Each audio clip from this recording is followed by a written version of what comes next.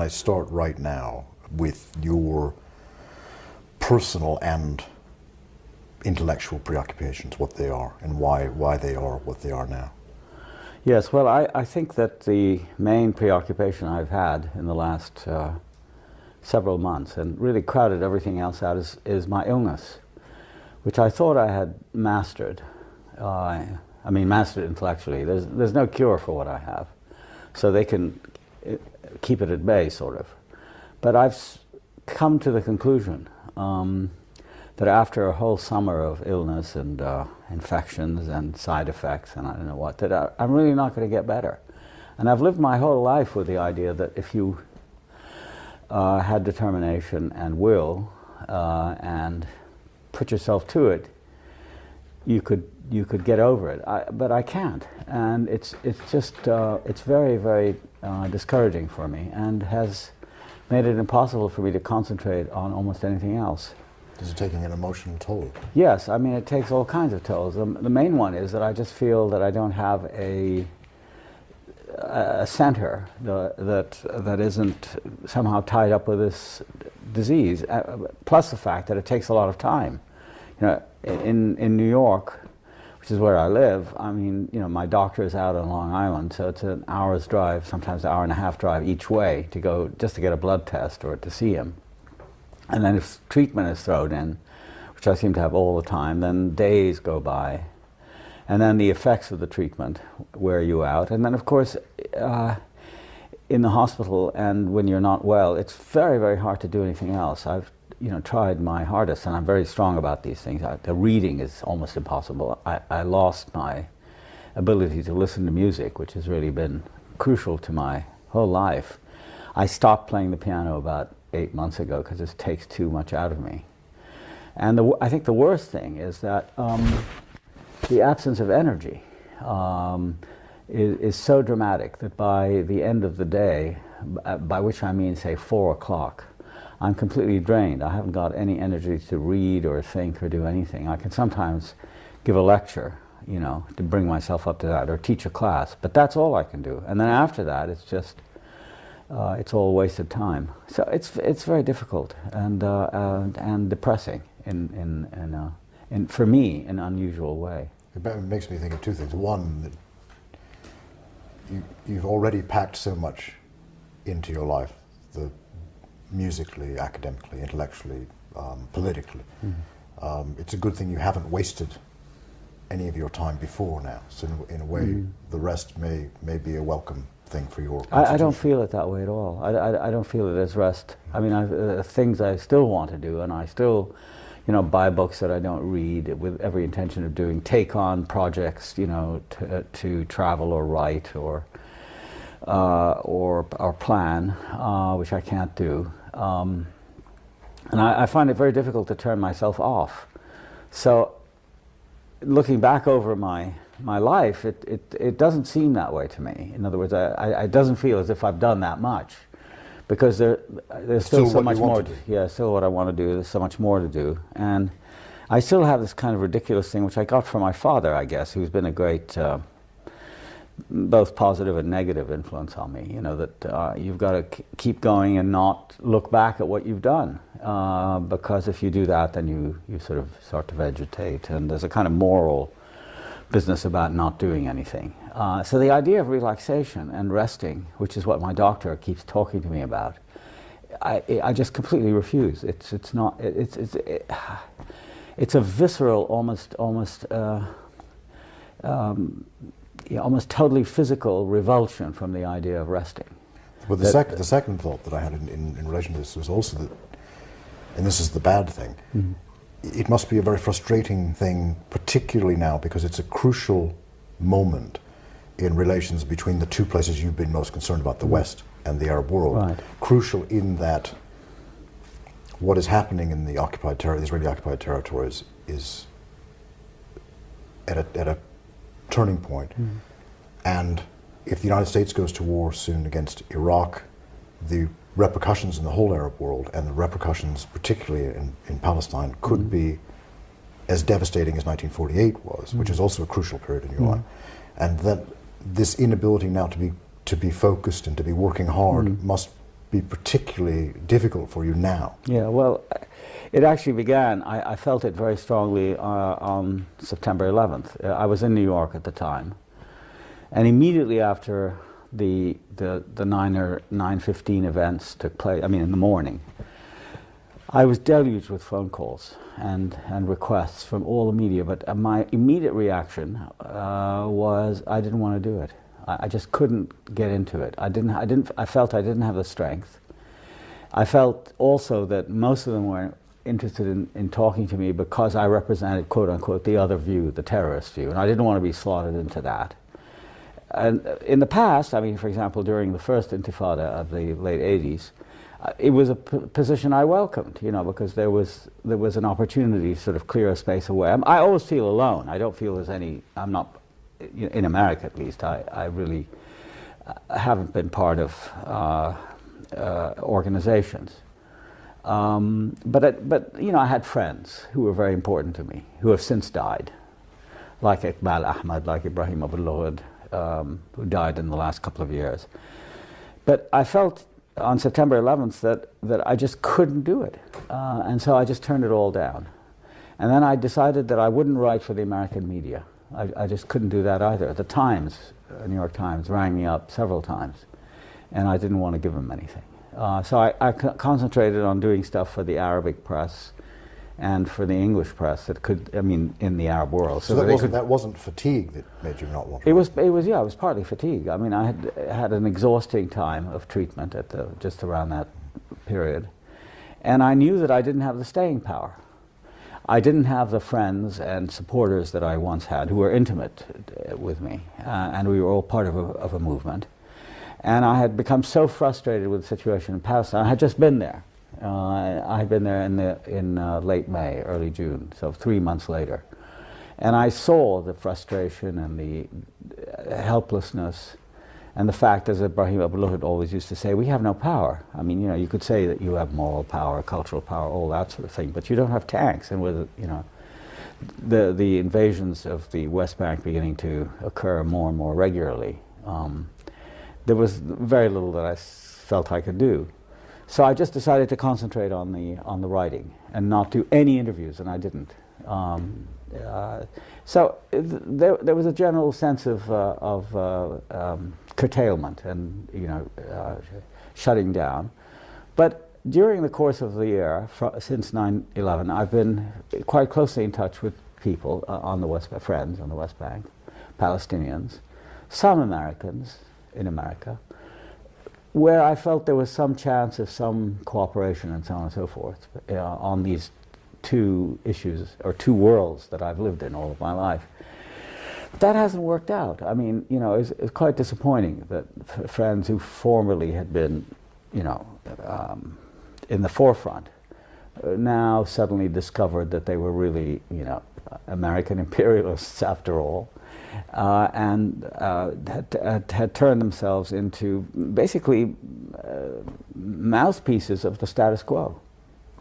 So that was a blow, and I've really been sustained by the response I get, you know, from people who read me and write back. And I know that my writing is still in demand, and so that's what I can do. But do you feel more powerless then, both physically and yeah, and absolutely, politically? very much so. But I haven't given up. I mean, every time I've told friends that when for example, this past summer, I was out for 4 months, and I was just desperately sick the whole time.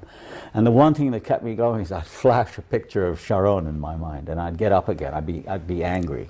Like a and you know, re-energized for a bit, you know. But now you say you're thinking of your father now, and what I can only assume was the Protestant ethic, and you don't like to look back. You have written a memoir, and you have looked back. Why did you write the memoir?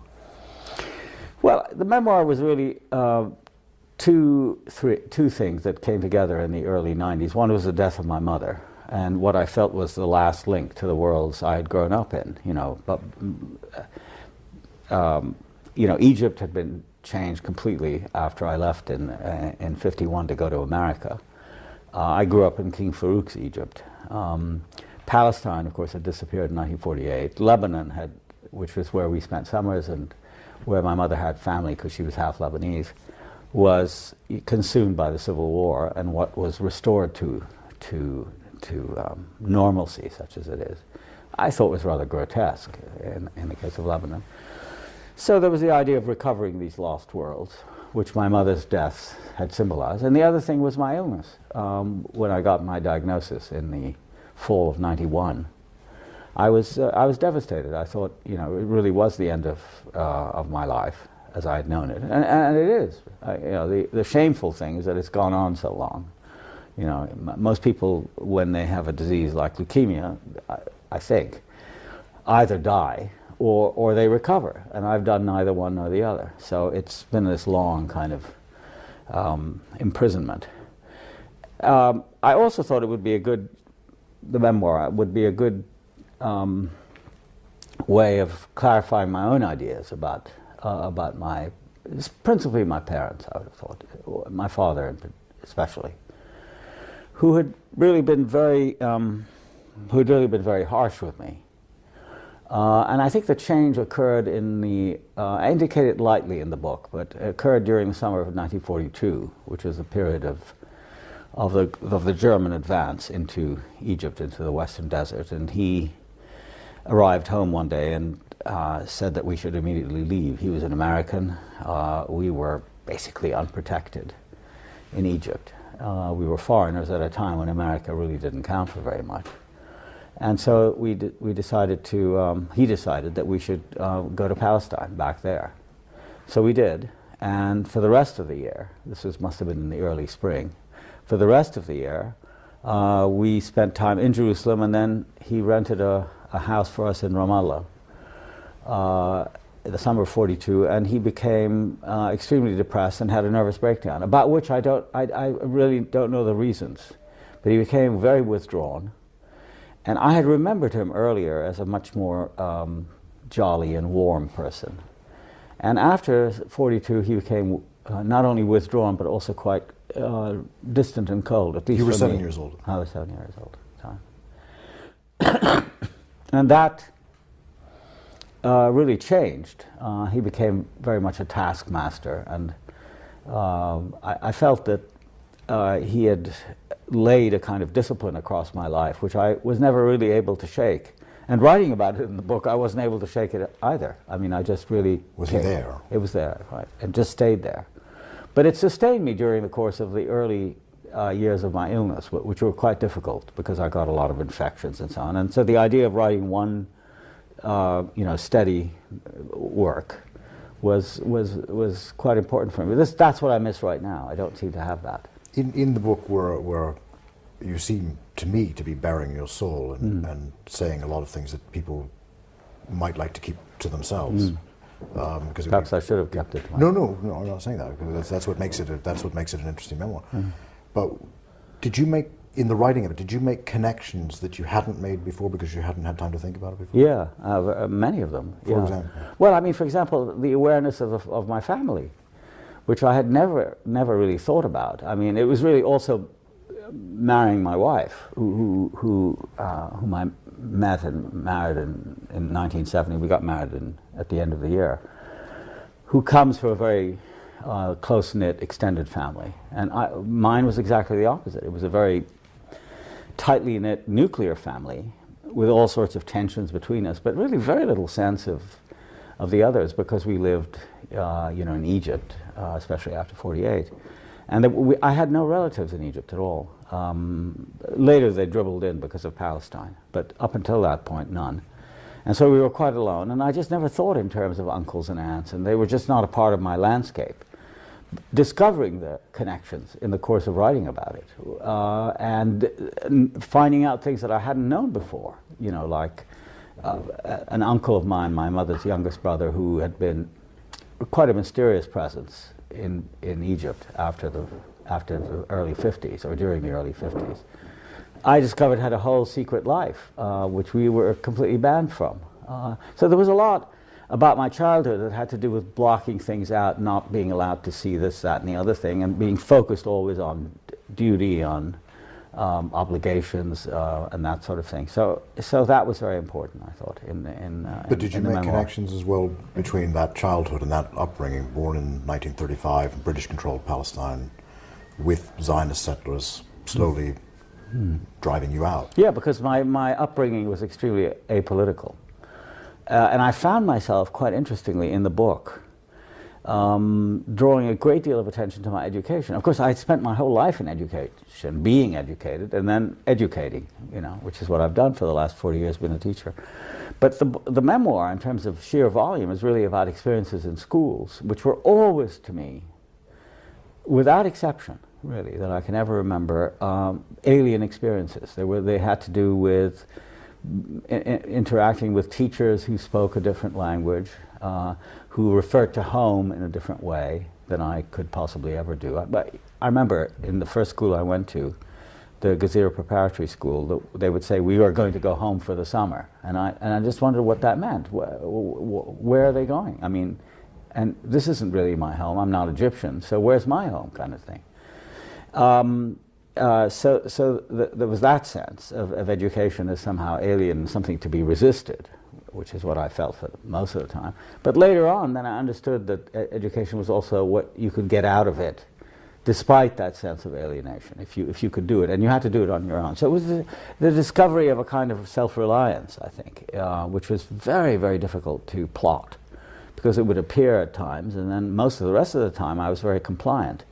There was a great deal attached to delinquency when I was, punished. The severity of my early childhood was what struck me, and going back over it, I made the discovery that it wasn't a happy childhood. It was really quite unhappy in a way. Reminded me very much of Pip in The Great Expectations, being brought up by hand in the bad sense of that phrase.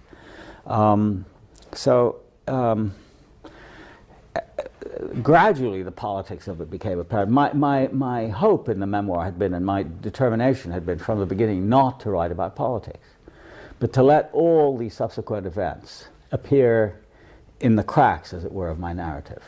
And I think they did. I mean, the instability of Egypt during the Farouk years, of which I was completely unconscious. I had no idea. And then the Palestine tragedy, where, again, I remember the Jewish settlers wearing blue shorts and blue shirts, off in the distance. They were always on the horizon. I never came up close to them, except when my father and I went to Misharim in Jerusalem, and seeing them in those black suits, the Hasidics. Yeah, I didn't know who they were. I mean, Jews in my upbringing were either the Hasidics or they were blonde and blue-eyed European. I mean, that there could be another kind of a Jew who wore shorts and were obviously farmers and soldiers and this sort of thing, but always, as I say, on the horizon. So I didn't really know what was happening. I was just too young and probably too old not to have seen some of it and experienced it, and the presence of the British not far from our house in Talbiya, where we would spend time.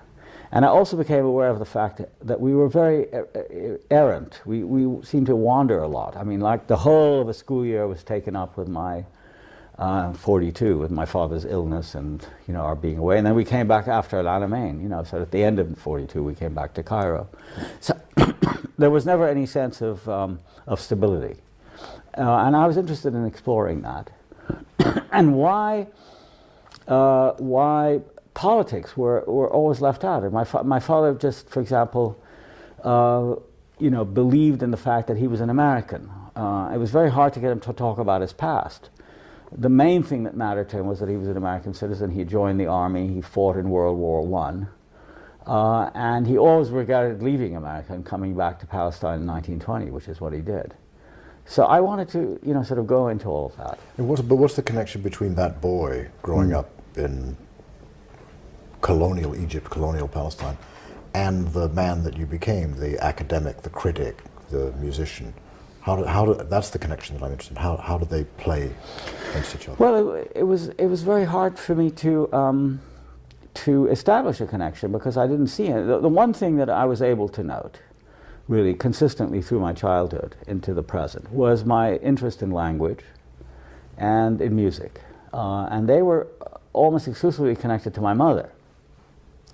I had a certain gift, you know, for self-expression, for articulation, you know, which was nurtured by my reading habits, which were omnivorous, and you know, don't forget, I grew up without television. Movies were banned, except for once a week, usually a children's movie. You did write in your book that you did like going to movies. You particularly liked John Hall and other yeah, those films, Tarzan films. Yeah, Tarzan films. Interesting, they were almost all colonial. Yeah, films. of course, of course. And I always identified with the colonialists, not with the... you know, Fanon talks about that. He said when he saw the Tarzan films in Martinique, he identified with Tarzan, not with the blacks he was always destroying and, you know, screaming at and throwing knives at. But when he went to Paris and saw a Tarzan movie, he identified with the blacks. But of course, I was there, I was in the colonies, I identified with a white man. But anyway, those were very rare experiences, you know, once a week, once every 2 weeks, and they were very carefully monitored for quote-unquote children's movies. The rest of the time I was loosed on the library, so I read Defoe and Scott, the English classics. My mother would talk to us about, and sometimes read to us from Arabic novels, about Arabic history by Zaidan, Jerzy Zaidan, who wrote a whole string of kind of Walter Scott novels about Arab history.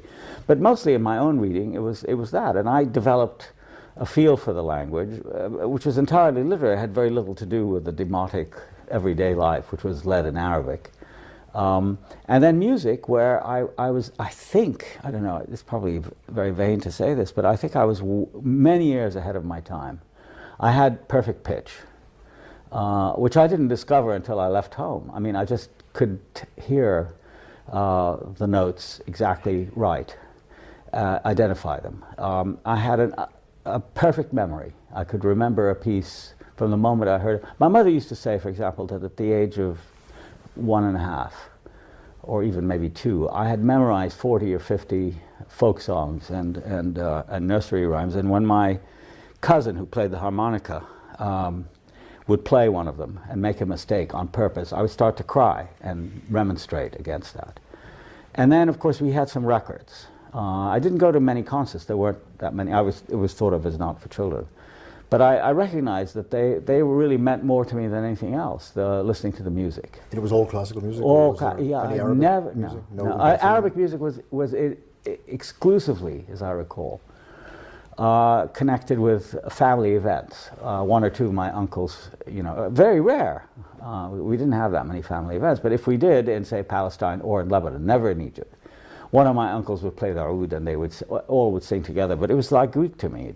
I never learnt the words. And the one time I had a big exposure to Arabic music, and I was 9 at the time. We went to hear Kulthum, and I was revolted by it. It just struck me as horrible. First of all, it began way too late for my you know, age.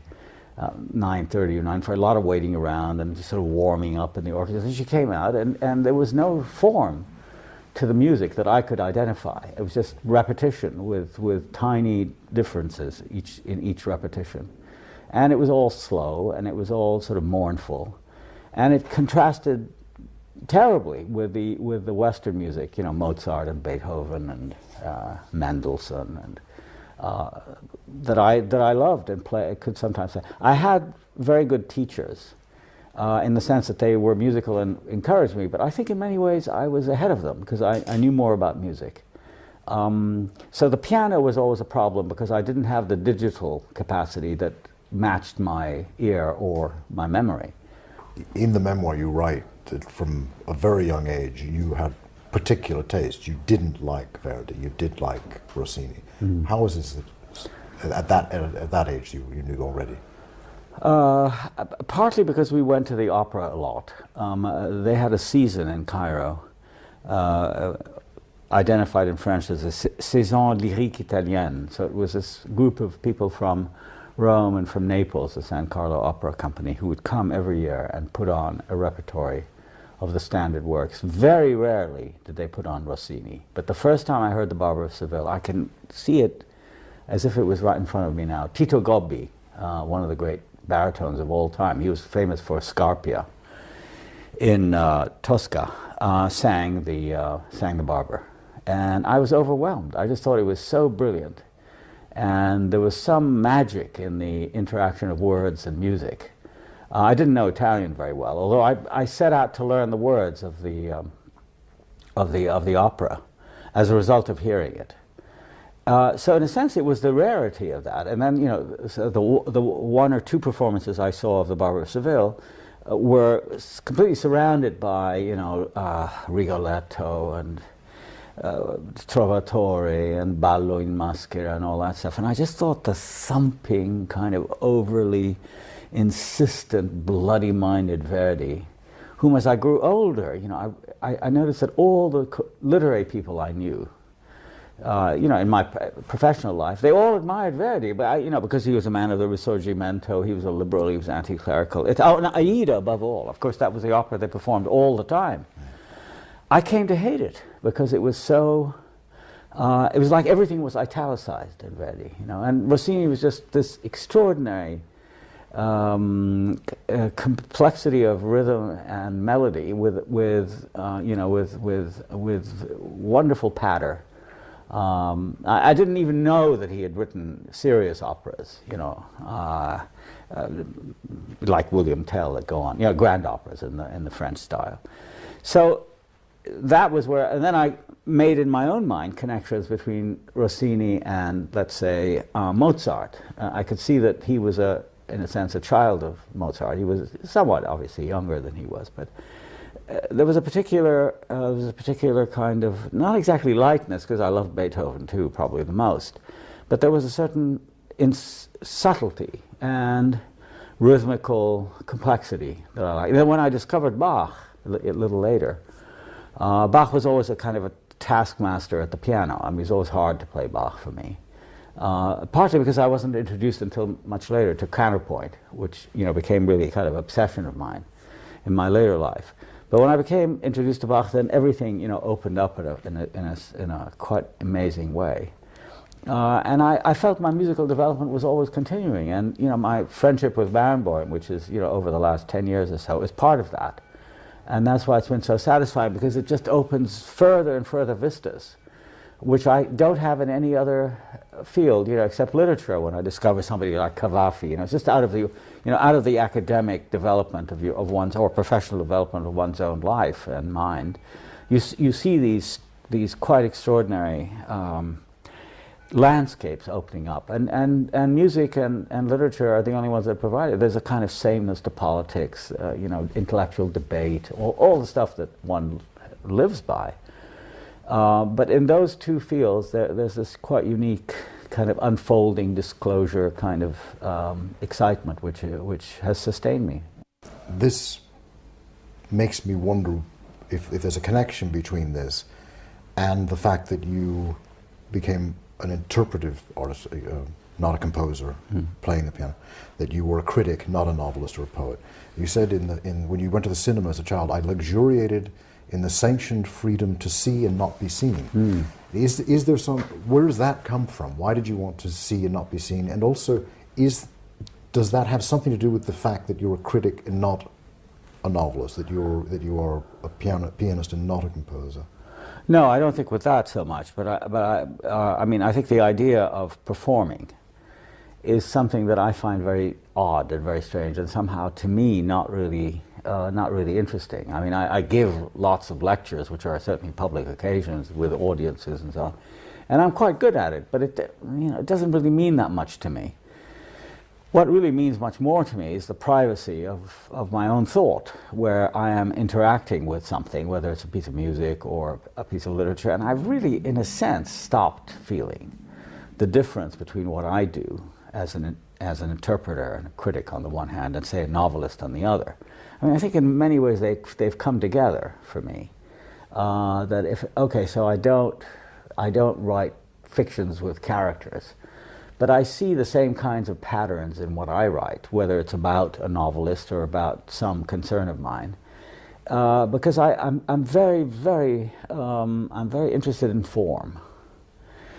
I would say I'm a formalist, and abstractions, patterns that are behind the actual structures of a work of art or a piece of writing or an essay matter to me in a tremendously urgent way. whether it's in music or in words or in structures of feeling. And it seems to me my whole sort of life pursuit is to try to give those different expression using different media, whether it's words or music in a different way, or trying to find not exactly equivalents, but trying to find parallels for them, and to try to sustain them without necessarily reconciling between them. I think it's very, very important for me. In other words, the whole idea of, of narrative is very important for me. Okay, I mean, stories matter a great deal, but it's not the stories that begin at point A and end at point X that I care about. It's the A to X, and then the B to T, and then the C to P, and so on. All the coexistence of all of these things is really what I'm about. And insofar as I can keep them going, I feel there's a connection between words and music and form. Do you take the same view of politics, where you were also a critic rather than formally engaged? Well, because I think there's a particular independence that I've felt in all these realms, which is not quite the same as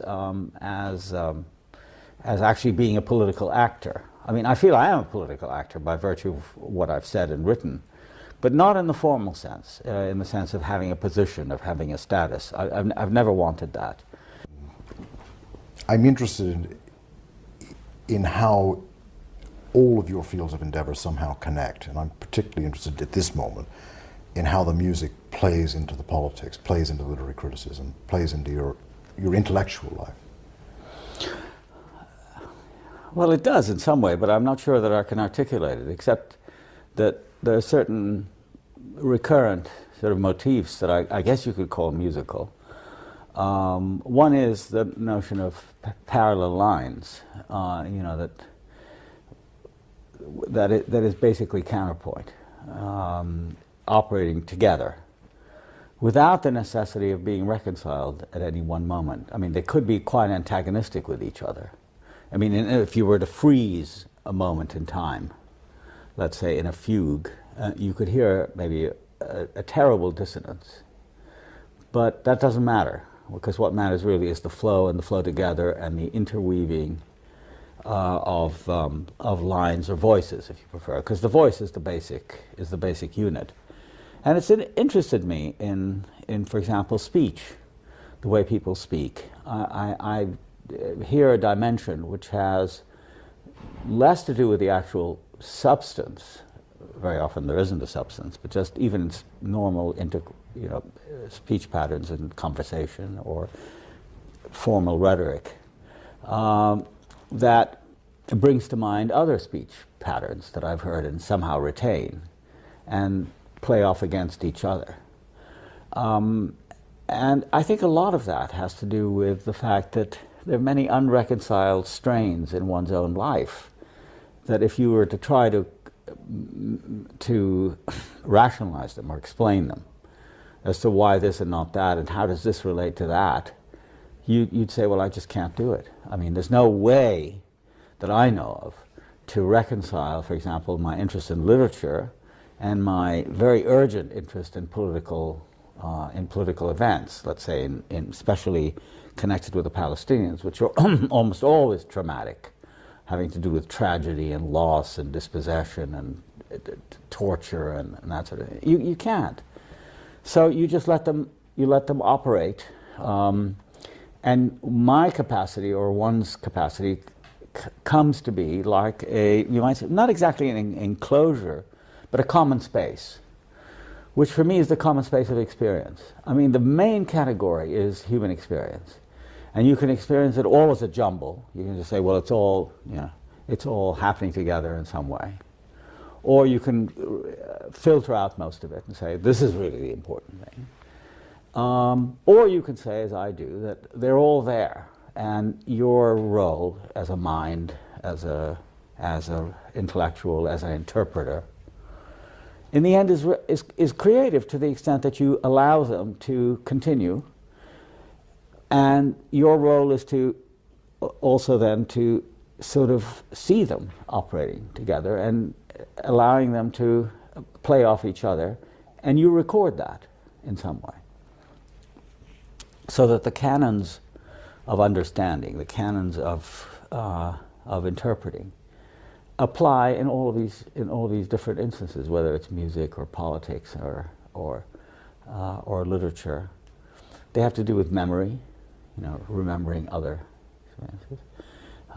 They have to do with notions of coexistence, that the world isn't an exclusive place, that there are all these different things occurring at the same time, and human agency or will, that it's up to you, as my father used to say, it's up to you to try to hold them together. And that's where the effort is for me. I never see myself as a solver of problems, or something. When they say, well, now, Edward, they say to me, as a people, we're facing a terrible moment in our history. What's the solution? Give us a program. I can't do that. I've never been. I've had lots of. I distrust that. How old were you when you first went to America, and why did you go to America? I went to America when I was 15, in the late summer of 1951, for what seemed to be two reasons. One was that I had, in the spring of 51, had a bad episode in the school I was then going to in Cairo called Victoria College, where I was very rowdy, it being a moment of great tension between the teachers, who were all English, and the student body, which is all not English. And I was caught being rowdy at one point, put outside the door of the classroom and seen by the headmaster, who the next morning gave us math. He taught math. And it was a 2-hour math class called additional maths. It was trigonometry, I think. And so we were about to take a break between the first and the second period, and he said, Saeed, he said, I saw you outside yesterday. What were you doing outside the door? I said, well, Mr. Lowe, the English teacher, had put me out. He said, yes, I heard. You were misbehaving again. I said, yes. He said, well, we can't have any of that here, so go home. I said, now, sir? He said, yes, now. So I packed up my bag and I went home. And he asked to see my parents and told them that I was, that he would accept me back, but only after a period of 2 or 3 weeks of being away. At which point I realized that, and my parents I think realized after speaking to him, that my career in that school, in the English system, was really over. And the other thing was that my father had known somebody at the consulate, the American consulate. I had inherited this American citizenship, which meant absolutely nothing to me, because I never really, I was just an American citizen with no connection to America. And he said that I had to live in America for 21 years, for 5 years before I was 21. And since I was, in order 50, to keep the citizenship. In order to keep it. And that turned out to be much later turned out to be unconstitutional. But anyway, so then they suddenly decided, my parents, that I should be sent away to America. And through a man called John Badeau, who was then the head of the American University, later became ambassador to Egypt under Kennedy. He was quite a good friend of my father's. I didn't much care for him. This school was found, Mount Hermon, and so I was sent there.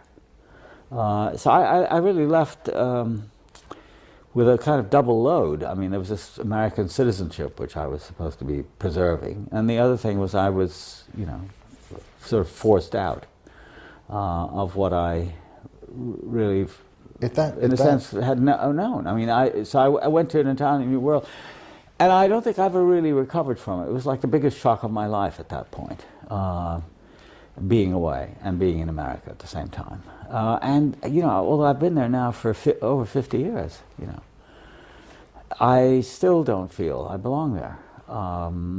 Yeah, it's very. But it's very bizarre. At that age, at 15, did you, because of growing up in Cairo, summers in Dorshwera in Lebanon, being from Jerusalem, really, yes, did you feel Lebanese, Palestinian, Egyptian, American? I didn't feel any of those.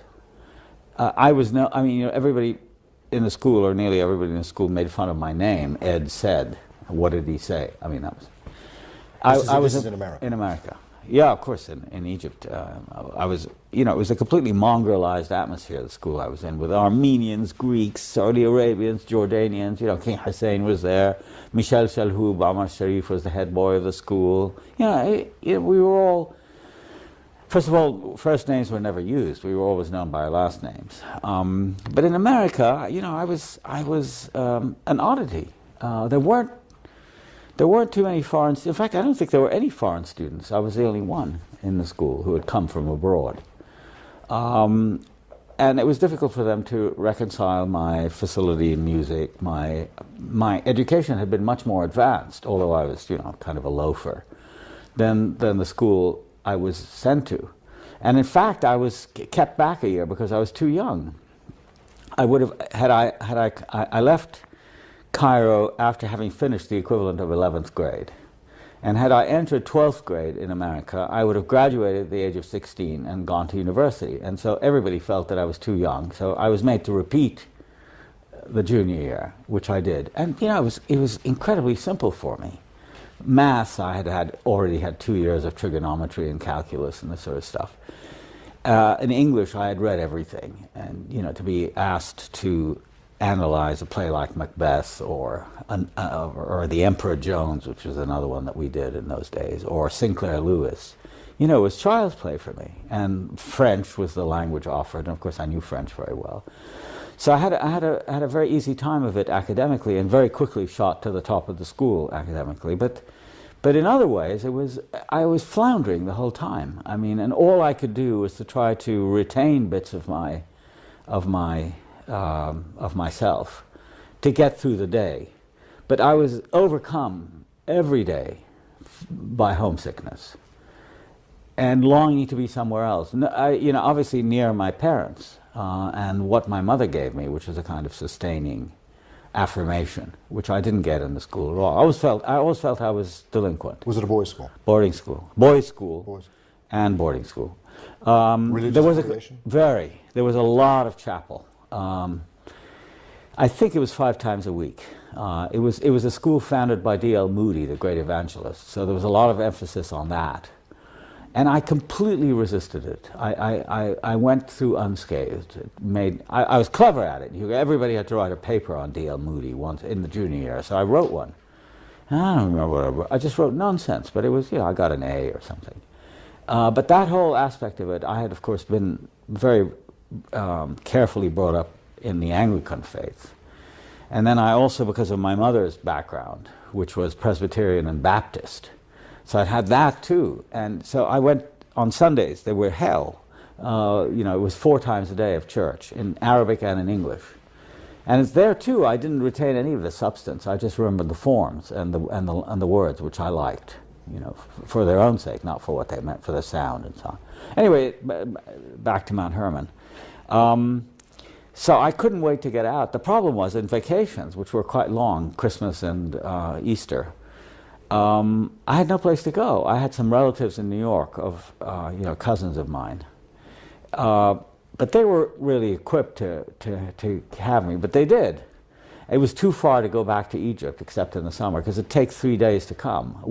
I went to America originally in 51 by boat, but flying in 52 took 3 days to get to Cairo. So it was something you could only do once a year. Luckily, my parents could afford it. So I'd go back, and I'd spend all the time dreading when I'd have to return, which I did, of course. And what I developed was a kind of, on the surface at least, a kind of hardened, I don't know what the word in English is, habile in French, a sort of semi-professional attitude to the things I had to do. All the time feeling miserable inside, not exactly crying, but regretting one thing or the other, missing my family, missing my room, missing the language, which I didn't hear at all, Arabic, while I was there. And then over time I developed quite a sense of being able to do 2 things simultaneously. to carry on in the school, you know, getting all the things right, and then sort of going my own way underneath that. I mean, there was always another self where I could develop in fields that interested me, like philosophy, which I first became aware of at Mount Hermon through the chaplain. And I first read Kierkegaard when I was at Mount Hermon at the age of 14, and Plato I discovered. So they were always sort of a self-education. And in the formal aspects of education, I just became a pro, as they say. But did that give you great self-confidence? No, not at all. I mean, it's funny. On the surface, I suppose I carried myself with a certain confidence. But I always felt my insufficiencies and delinquencies, and the fact that I wasn't. My father would, for example, my father came for my graduation from school, from Mount Hermon, in 1953, and I mean, it was a gesture I deeply appreciated. It was very hard for him to come. He wasn't terribly well. He came alone, or with your Came mother? alone. My mother didn't come because I had 4 younger sisters and they couldn't be left.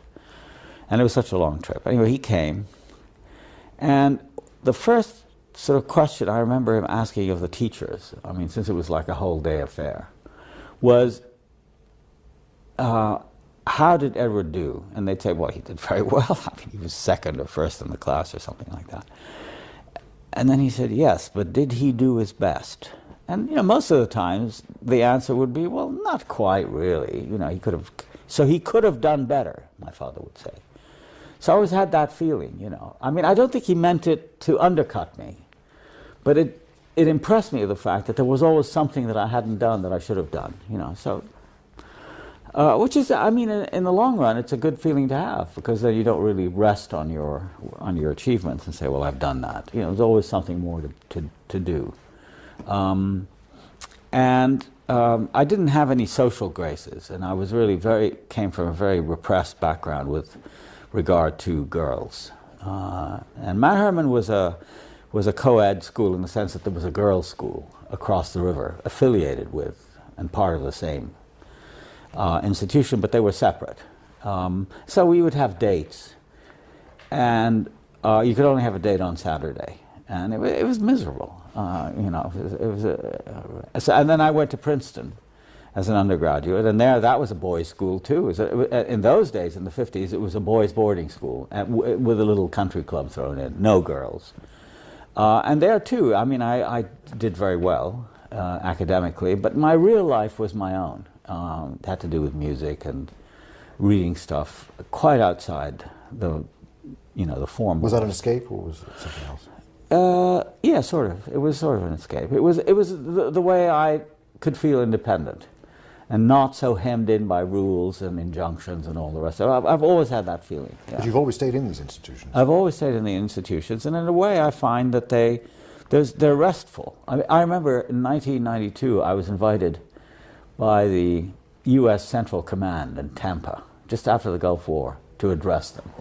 And I debated as to whether I should go or not, you know. And then my friend Iqbal said, listen, Edward, they want to hear you talk about the Middle East. And I said, yeah, but they're the enemy. He said, yeah, but those are the people you should talk to. He gave me an example of his own. Iqbal Ahmed. He had gone to speak at West Point during the Vietnam War. And so you shouldn't be afraid of doing it, and it's not if you don't compromise your position. So I did. And I met one of my classmates from Princeton, who was a general in the Marines, and he was in charge of the Pacific Command. He had come all the way to Tampa to hear me. And we were both members of the swimming team. And the thing that I took away from it, aside from the fact that they gave me a wonderful reception and agreed with everything I said, and they said it was just the politicians in Washington who made them do all these terrible things. But the one thing I remember from that experience was how wonderful it was to be in the Army. Or, I mean, in the services, because everything was taken care of for you. You didn't have to worry about... You don't have to wonder what to wear. You don't have to worry about what to wear. It was always pressed for you, especially if you were an officer. There was quite a variety of uniforms, many of them quite beautiful. I've always been very interested in clothes, so that was terrific. And you don't have to worry about reservations and planes. I said, how did you come? He told me, well, I got on a plane. I said, well, from Hawaii, it does seem like He said, well, you know, we have the Air Force, or, you know, there are all these planes.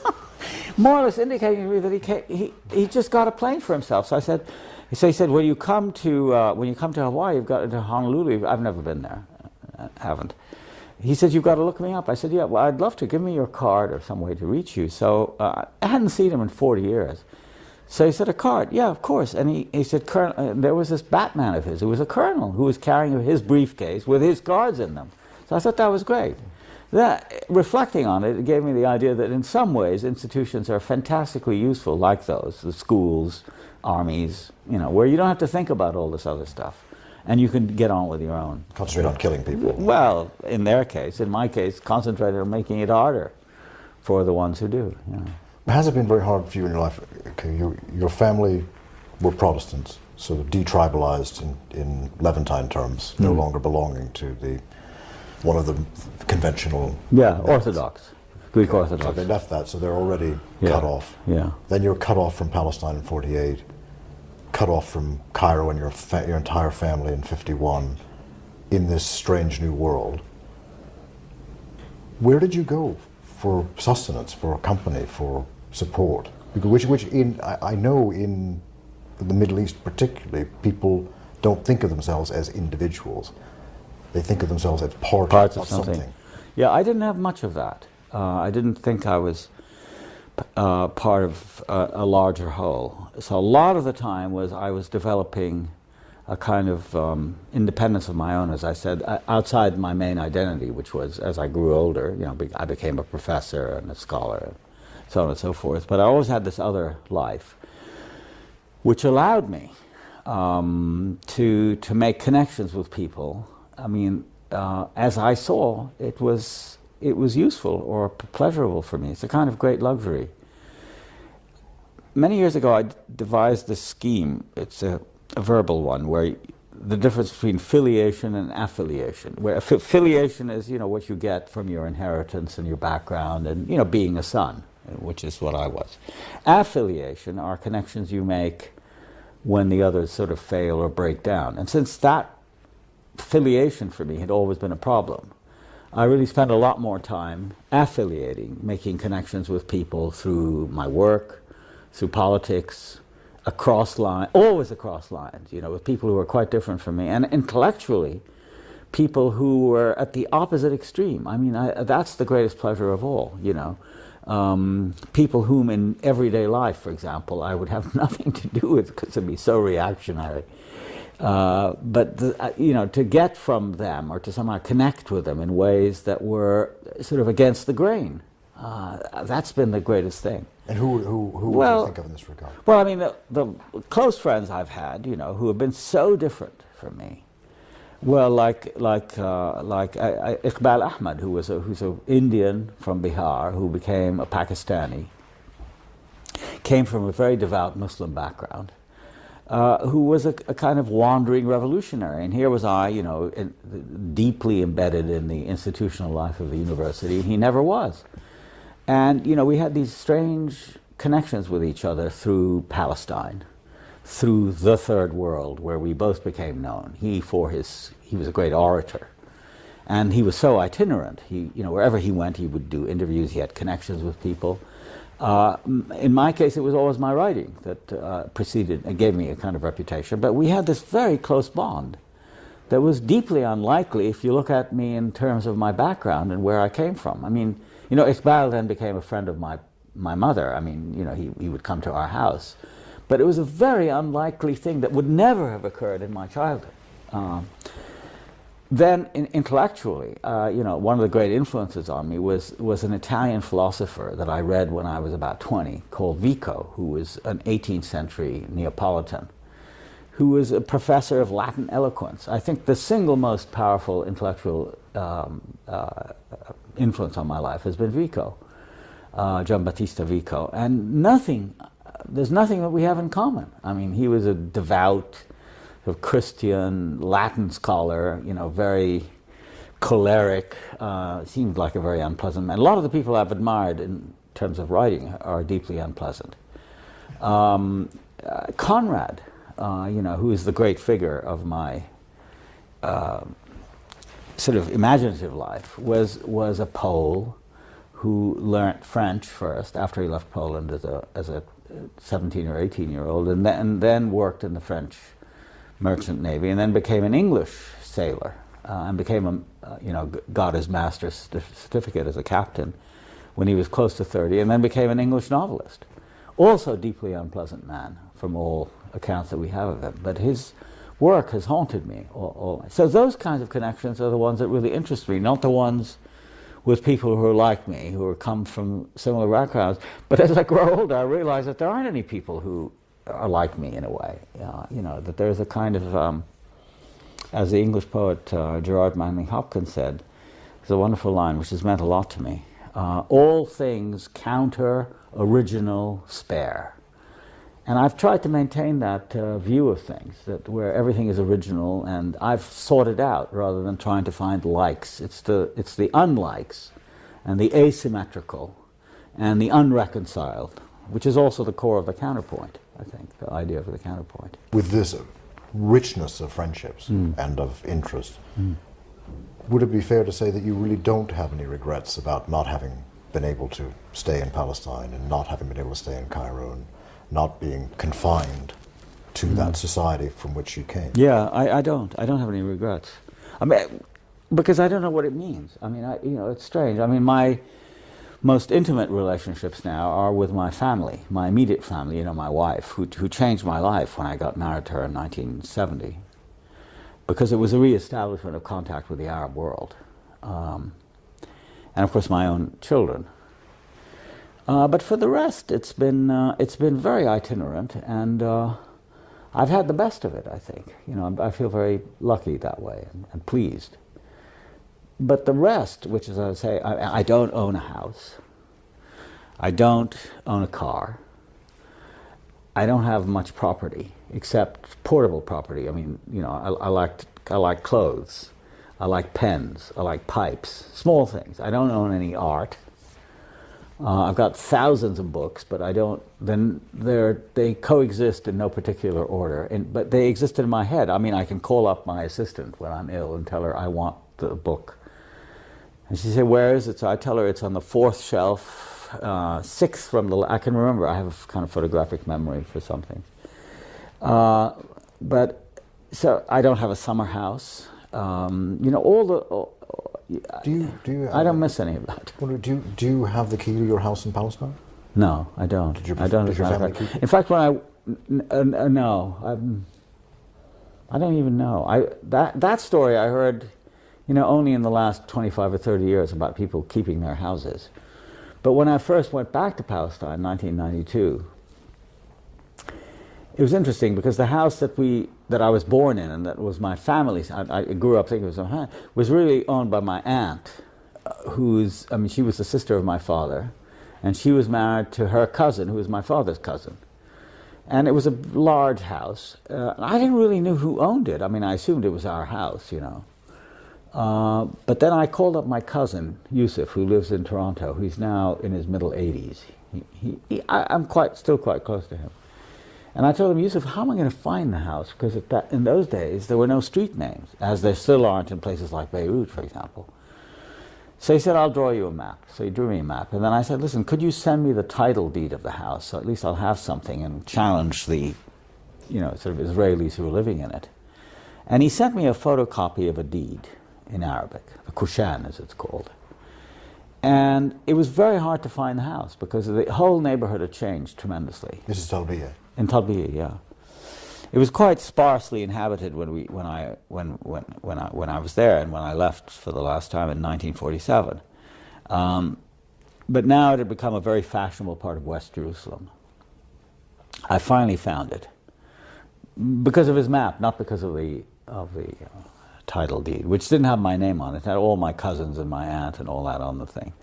But anyway, when we got there, it was that's the great irony about going back. It wasn't somebody else's house. I mean, I was ready to confront, as in the Ghassan Kanafani book, you confront the people, the family who lives in the place of your family. Become an office. An office of what? It was called the International Christian Embassy, a fundamentalist, extreme right-wing, Zionist, Christian organization, run by a South African, married to a Syrian. You know, it became an office. And there was a thing, I took a picture of it, of the little sign outside the house, international office hours, such and so.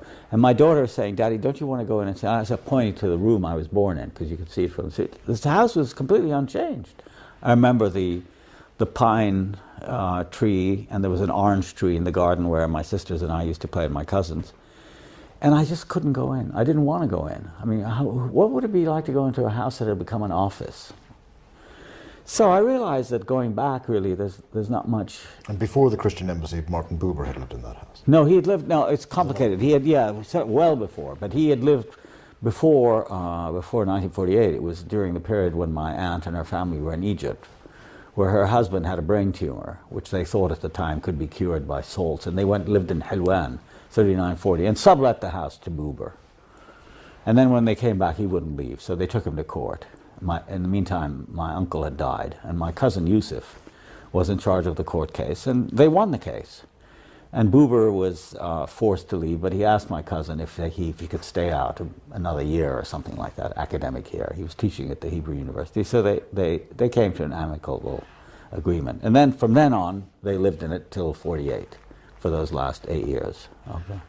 Why is it, do you suppose, that so many Palestinian men cannot go back into their old houses when they were first allowed to after 1967? Those refugees who were in the West Bank, often their wives or daughters would go into the house, but the men wouldn't. And subsequently, after Oslo and so on, when other people came back, again the problem: men overwhelmingly could go and look at the house, but as in your case, just couldn't go in.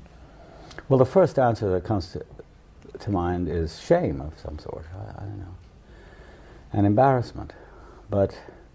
A friend said that another reason is probably that it's some form of etiquette, that it's the woman who does the visiting usually in Arab culture and feels more easy about doing it. I think it's a form of myself, sort of male cowardice, you know, because it has to do with who lost the house. And there's certainly a responsibility that's felt by the man who left. But it's a man's duty to sustain his house. What? It's a man's duty to protect his family. Or at least not to leave, yeah. I mean, I think that's been the most unsettling question of all for me, looking back over the events of that time, is why did so many of them leave? My cousin, for example, who is in his mid-80s now and was the last member of my family to leave that house, I've talked to him about it many, many times. And, you know, there isn't really a satisfactory answer as to why he just didn't stay. He said there were agreements to do X and Y and Z which were not followed. So he saw others, you know, leaving. That was one. There was no organization. And there was no protection. I mean, he was basically unarmed. And especially in that district, which was not very crowded. I mean, there weren't lots of houses around there. It was just basically the Said house, and then there was sort of empty spaces around. He felt isolated and vulnerable. And the other thing, of course, is that one of the first things they did is, when they could, they sent the wife and the family away first, just to make sure they were in safety, and they stayed as long as they could. So I think there's a combination of shame and perhaps guilt, embarrassment. Didn't the massacre at Deir Yassin play a role in that as well, as an example? In some instances, yeah. It's an interesting point. I remember my aunt, his mother, Nabiha, my father's sister, speaking about Deir Yassin, but she left before. And they lived together in that house in Talbiya, where I was born. But I remember her talking about it in Cairo, along with her daughter, Evelyn. So I don't really know anybody that I can think of right now who actually was directly affected by Deir Yassin, the fear. But there were other events of that sort, other massacres that are only now becoming uncovered, and people talk about them. But at the time, I think it was a general atmosphere of helplessness and panic, basically. Now I want to go back to your work and to your first books. In Orientalism, when you wrote it, what were you trying to achieve first? And second, What was the reaction that you got? Well, my whole interest in Orientalism really began, I would have thought, around the time of the October 1973 war, when, for the first time in my history, at least of being aware, there was some Arab military success. 67 was a devastating year for me because everything I'd grown up with, although I was in America by that time, I was alone. The rest of my family was in the Middle East. But everything I had intellectually and politically grown up with, namely Abdel Nasser, perhaps because of the distance from it, had a certain prestige in my mind about it. This was Arab nationalism and so on. It all crumbled very quickly. And worse, in being in New York at the time, there was a sense of triumphalism, which appeared for the first time in not just amongst Jews, but amongst everybody, where you'd walk down the street and people would say, "How are we doing?" And it was always understood that it was Israel, the plucky little state about to be overwhelmed, but winning this tremendous victory. So there began to grow up in those years or after 67 a kind of library of cliches about Arabs, that they're cowardly, and I remember, for example, my own class of 57 at Princeton. I mentioned this in Orientalism. At the 10th reunion in 67, which occurred just after the war, there was to have been a costume in which we all were supposed to wear Arab costume. And it was changed.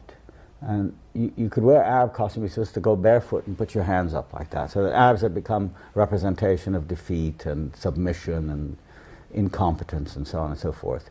And then with the onset of the 73 war, what I found interesting, and I gave a talk, I remember the first time, at the University of Michigan in the winter of 74, was exactly on this explosion of myths that suddenly, the Arabs were seen as being able to cross the canal, the Egyptians, the Syrians made it back onto the Golan Heights momentarily.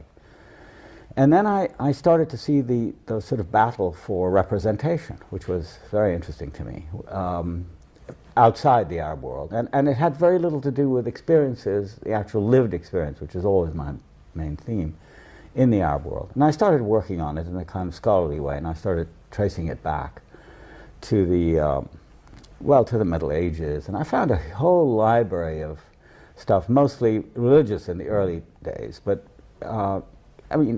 Dante, for example, where Muhammad is in the 7th or 8th circle of hell as a false prophet and so on. And I decided to write a short book about that. And I got very little interest from publishers, and I had just then gotten, in 1975, an agent. And he was able to sell it to a reputable academic press for $250, and I was, made to understand that I was very lucky.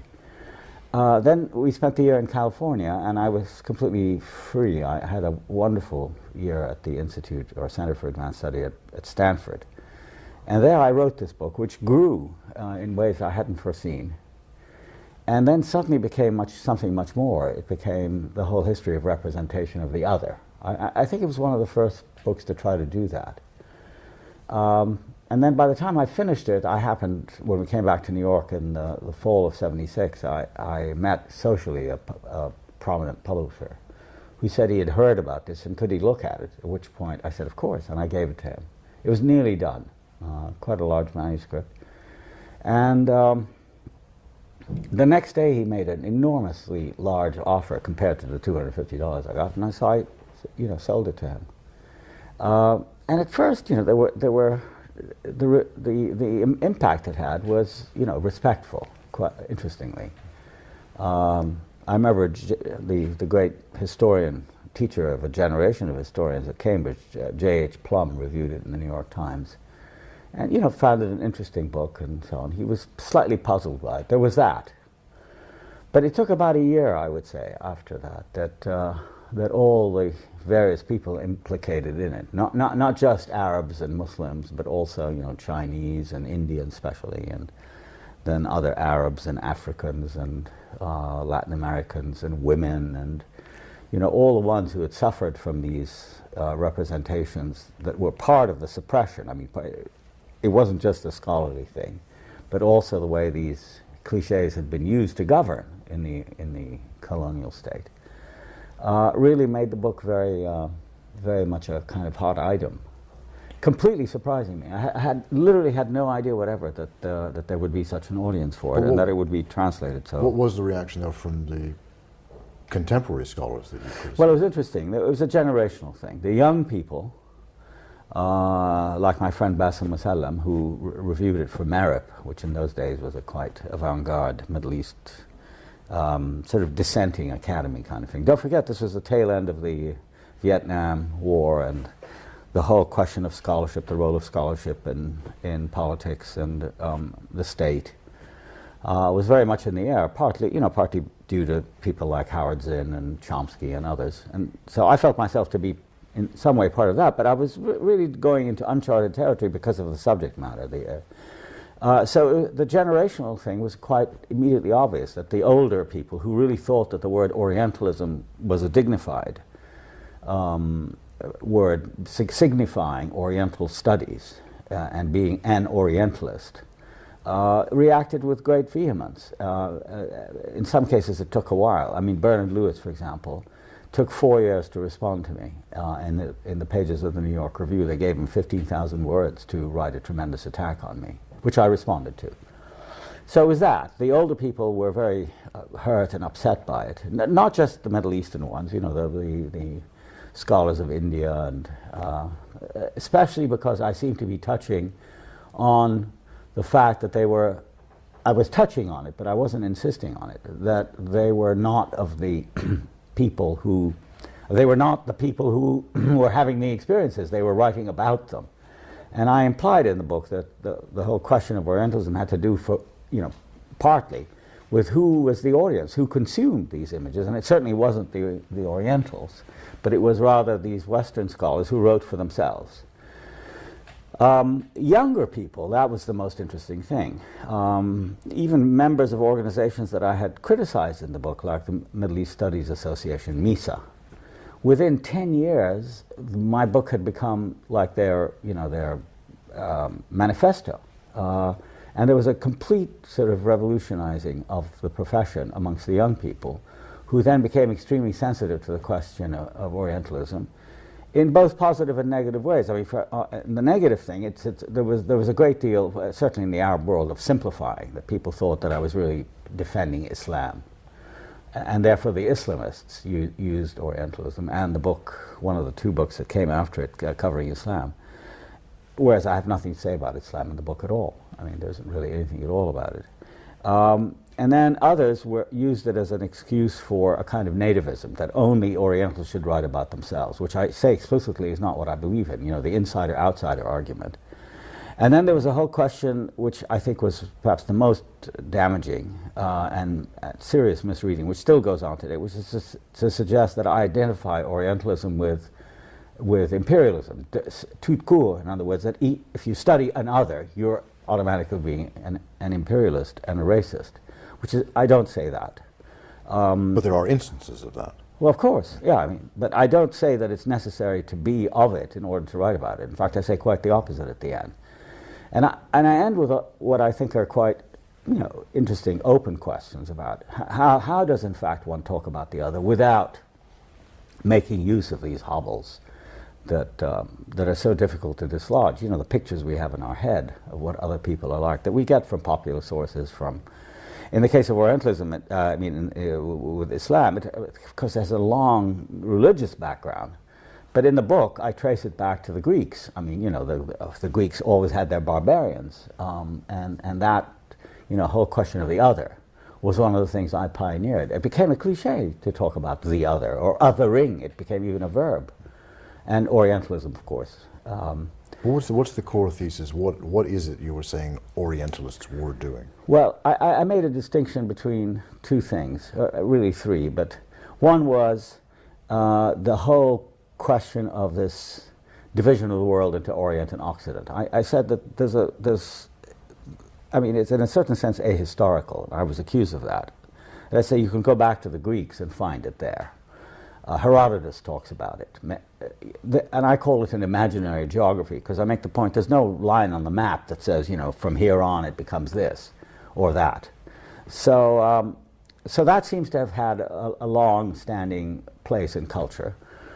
By the end of the 9th century, the Orient becomes identified with Islam during the rise of Islam. So the first 400, 500, 600 years afterwards in Europe, writing about the Orient is polemical. Yes, there are people like Marco Polo and others who write about the Orient as a place of marvels, and the whole question of strange beings, Prester John, and there's a whole literature about that. But in addition to it, and gradually overwhelming it, R.W. Southern, the great medieval historian at Oxford, wrote a whole book about it. It's part of the Christian polemic against Islam. So, they represent the Orient as a place of apostasy, of various heresies, of challenges to Christianity, very defensive, because, there they were. They crossed into Spain in 711, and they remained there until the end of the 15th century. So that was something to write about. And the third phase, which was the one I concentrated the most on, was Orientalism as it became at the end of the 18th century because of Napoleon's invasion of Egypt in 1798. It becomes the formal study of the Orient, scientific. It's no longer a matter of images and fantasies and sort of wandering off into the wild blue, but actual trying to pin it down. And so Napoleon, the Napoleonic expedition to Egypt was deeply significant, in my opinion, because he was the first conqueror of Egypt. And in the preface to this Description de l'Égypte, the man who wrote the introduction, a man called Fourier, says, everybody wants to conquer Egypt. Caesar conquered it, Alexander, etc., etc. So it's natural that Napoleon, the great emperor of France, he hadn't become emperor yet, but wanted to go there.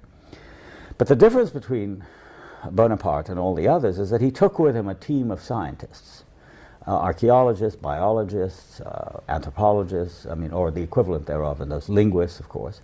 And as a result of his stay in Egypt, which wasn't very long, they stayed. They produced this immense book called the Description de l'Égypte, the idea being to take Egypt out of its sort of amorphous, distant state and make it a kind of object of European scrutiny and study.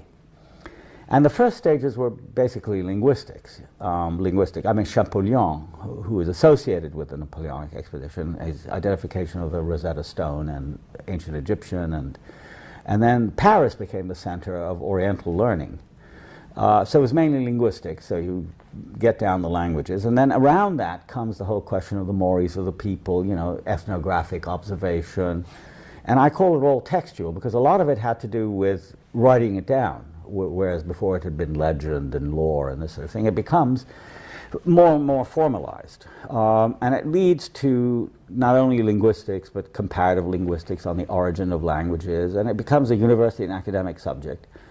And it becomes, in effect, the main reference point for later travelers. The example I give that's fantastically interesting is Gérard de Nerval, who was a great French poet who went to Syria in the 1840s. Voyage en Orient. And I was reading along in it. I remember this so clearly. Reading what I thought was a description of Syria, but it seemed like a Syria I'd never seen before. And in fact, it turned out it was Egypt he was talking about, because he had read Lane and half memorized the book, Lane's mores and customs of the modern Egyptians, and internalized that. And that became the reference point, not what he actually saw. So even the evidence of the senses was pushed aside. And so there are Oriental study societies and, the character, the mind, the mentality, etc. And it seeped into all the great novelists of the time. Proust talks about Orientalism and the advent of that. And it gradually associates itself with imperial rule, so that somebody like Cromer, who had previously served before he became, proconsul in Egypt, had served in India. The Orient really became, again, an indistinguishable place because it's all the same. They can't think, they can't tell the truth, they can't walk in a straight line, they hate walking on the pavement, this sort of thing, the Orientals. And then at the end, I talk about the United States, how after the dismantling of the classical empires, the British and the French mainly, The Americans take over, but of course there it's social sciences and it's much more abstract because there's no history of deep interaction and there isn't the adjacency, the physical adjacency, geographical adjacency between the Orient and the Occident. And then I talk about the need to liberate oneself from this. And of course here, this is where the book had a major impact, which was on, you know, on developing countries who were in the post-colonial phase. But people like Fanon meant a lot to me at that point.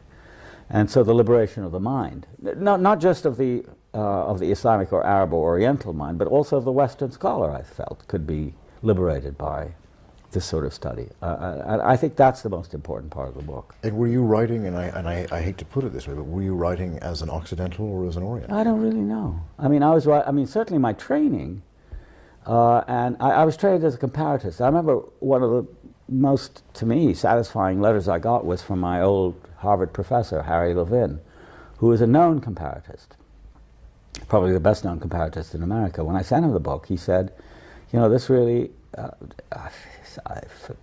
justifies or somehow fulfills the mission of the comparatist better than anything I've seen, you know, because I talk about literature a lot in the book. It's not attacking people. I mean, this caricature of what people say I've done has stayed with the book too long. It's become a term of abuse, as Albert Hourani said. And I can't be blamed for that, because a lot of the book is, you know, very minute analyses of texts, literary texts mostly. So I think in that respect I was writing as a Western scholar. But the driving force of the book, as exactly Hourani himself said in a review that he wrote of the book, which he found somewhat mystifying, was that you might say the animus in the book derived from the tremendous gap I felt between these accounts of the Orient that were Western accounts from the outside and my own experience. There was no correspondence between them at all. They were saying things about me and others like me that really never rendered our reality or our experience in any intelligible way. And wasn't there underlying assumption, though, that you couldn't represent yourselves? You know, there was that. Of course, that was the epigraph of the book. I mean, they cannot be represented, they must be represented. They cannot represent themselves, they must be represented. It came from Marx, from the 18th Brumaire. And this period also corresponded to a time when, having for many years myself been alienated, you know, educated alienated in America.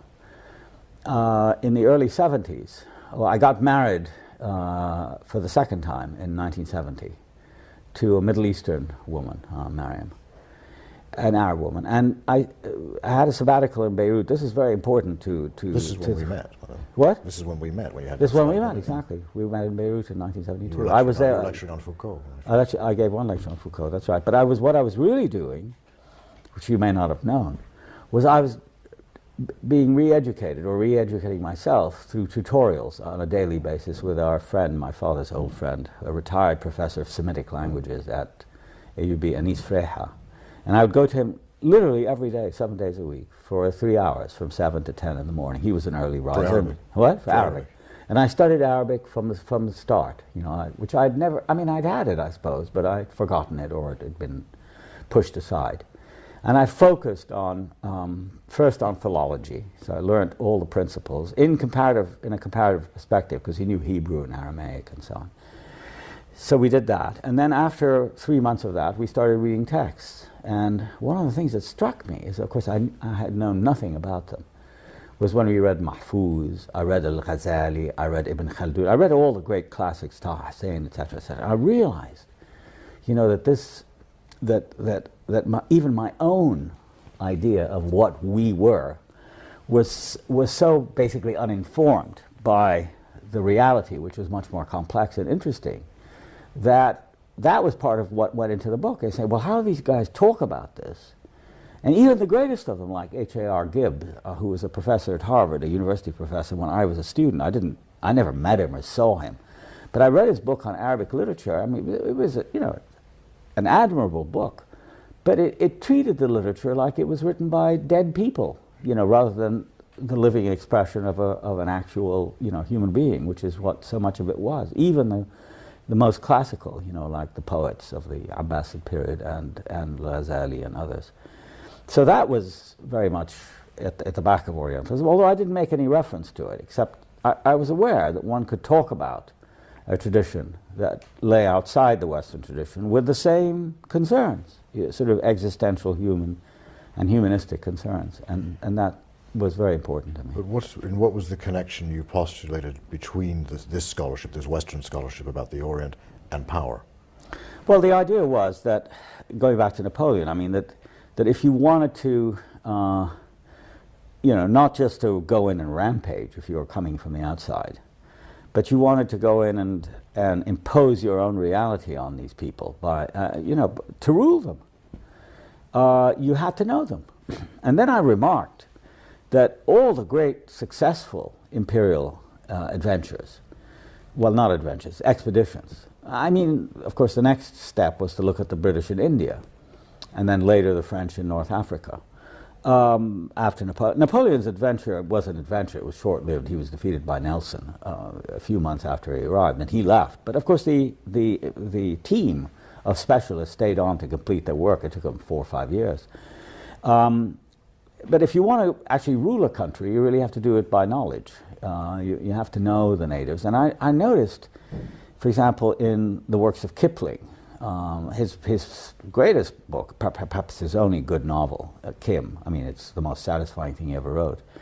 One of the main characters in the book is Colonel Creighton, who is, on the one hand, the chief of intelligence in India, but on the other hand is an anthropologist who's writing a survey of India. And that, the coincidence of knowledge and power, which is, of course, a theme developed by Foucault, had a very concrete embodiment in rule. And I felt that you couldn't really detach the circumstances of knowledge from the knowledge itself, that it was formed with the idea, in the case of, for example, Colonel Creighton of the British in India, there was always a dispute. I mean, do we rule the Indians according to their ways or according to ours? And Creighton and Kipling and others like them were the so-called Orientalists who said, no, we have to learn about them so as not to disturb their patterns of life too much, so they won't rise up against us. Let's keep them going. Then there were the others, especially the Americans later on, who, as we know, for example, from the Quiet American, the prescient novel by Graham Greene in the 50s, where the French leave after Vietnam. In Vietnam, right. And then the Americans come in with all these plans, a third way and all this sort of thing, in order to rule it, so they become more American. So in that context, you see also the association between knowledge and power. And of course, there was a big argument around my book as to whether there is any such thing as pure knowledge. I mean, why can't you, for example, read Sanskrit and just be enamored of the language and that's it? Well, I allow for that, of course. I mean, people do things because they want to do them. They don't only feel they have to do them. But as I try to show, the context, certainly in America, which is the America I grew up in the Cold War period, was very much circumscribed by questions of competition with the Soviet Union, so that the study of Arabic, for example, or the study of Russian, but certainly of the Eastern languages, was tied up with questions of national security. An act was actually passed to encourage the study of languages like Arabic and fund them to enhance American security. So, there's no you could love the language, but the framework is very powerful and impinging. And all I thought was to make people aware of it, that's all. I didn't have any particular thesis about how you should study, but that was later people. I mean, they tried to do that. In other words, liberating Orientalism from that kind of framework. Do you see that in the scholarship now with the discussion of America's proposed invasion of Iraq? Yeah, I mean, I think a lot of the, well, perhaps not a lot, but I mean, some of the discussion against the war in Iraq comes from younger scholars who have had experience and have been influenced by Orientalism. And I'm accused of this, by the way, by the Israeli lobby, which is, of course, very, very much in America pushing for war against Iraq. That there is a country called Iraq, that it has traditions, it has people. I mean, of course, it has Saddam Hussein, who's a terrible villain, etc., etc. But there is a society, there is a fabric, there are people. And that their existential realities taken into consideration. And all of these people, insofar as they know something about Iraq, have been influenced by the kind of questions I raised in Orientalism, 25 years ago.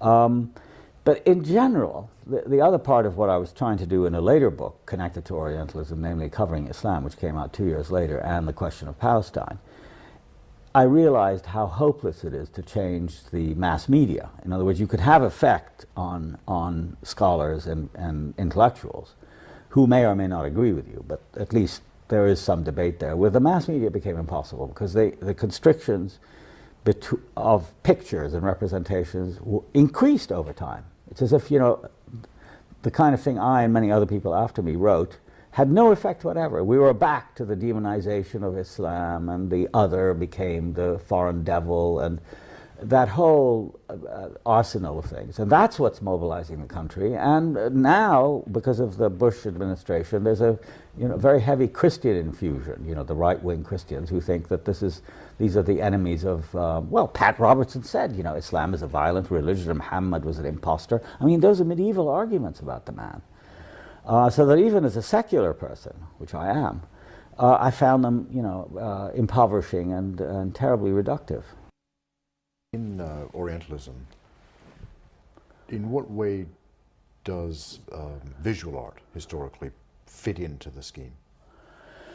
I was very struck by the pictorial representations of the Orient. Actually, before I wrote the book, I remember seeing a painting by Jérôme I'd never heard of in the Clark Museum in Williamstown, Massachusetts, when I was there in the late 60s, quite by chance. And I was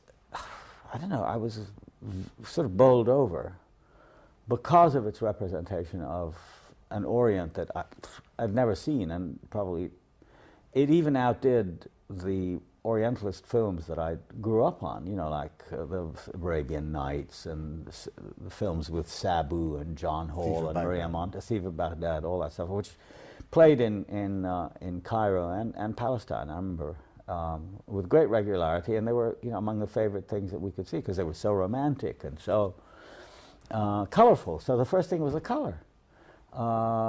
These very rich blues and purples and sand colors, no trace of dust in any Orientalist painting I ever saw, which is what was the big element in our lives, was the dust.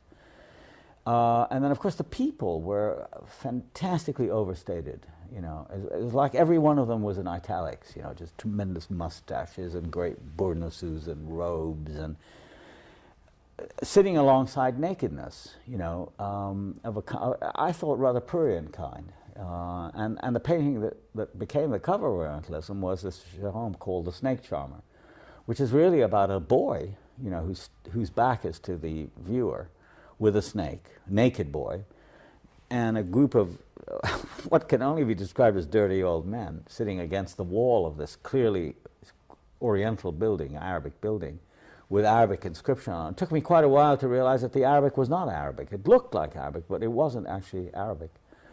It was gibberish.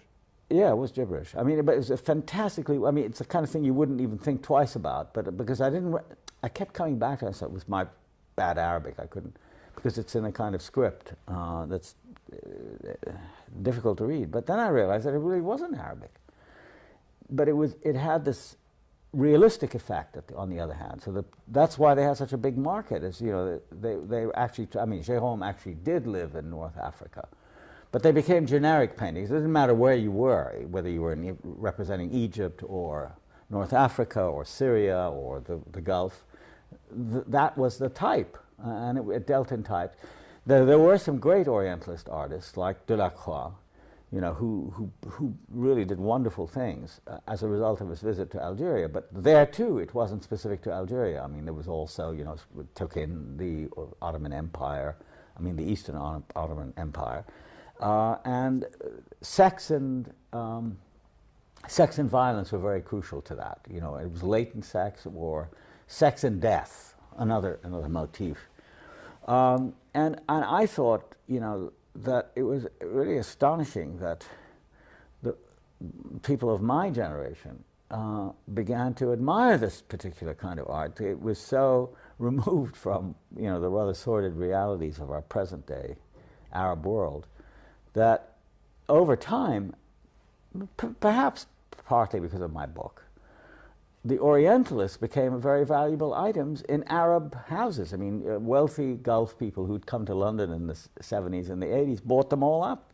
So Jérôme, who was a really second-rate academic painter in the 1860s in Paris, has become a very valuable item if you can find it. And not only that, oh, and Robert's prints and all those things that most people decorate their houses with in the Middle East and abroad, but they ran out of them. I mean, there aren't that many of them around. Well, the David Roberts prints were all in books. Well, they're in books, but then they were reproduced. Cut up. Yeah, cut up and yeah.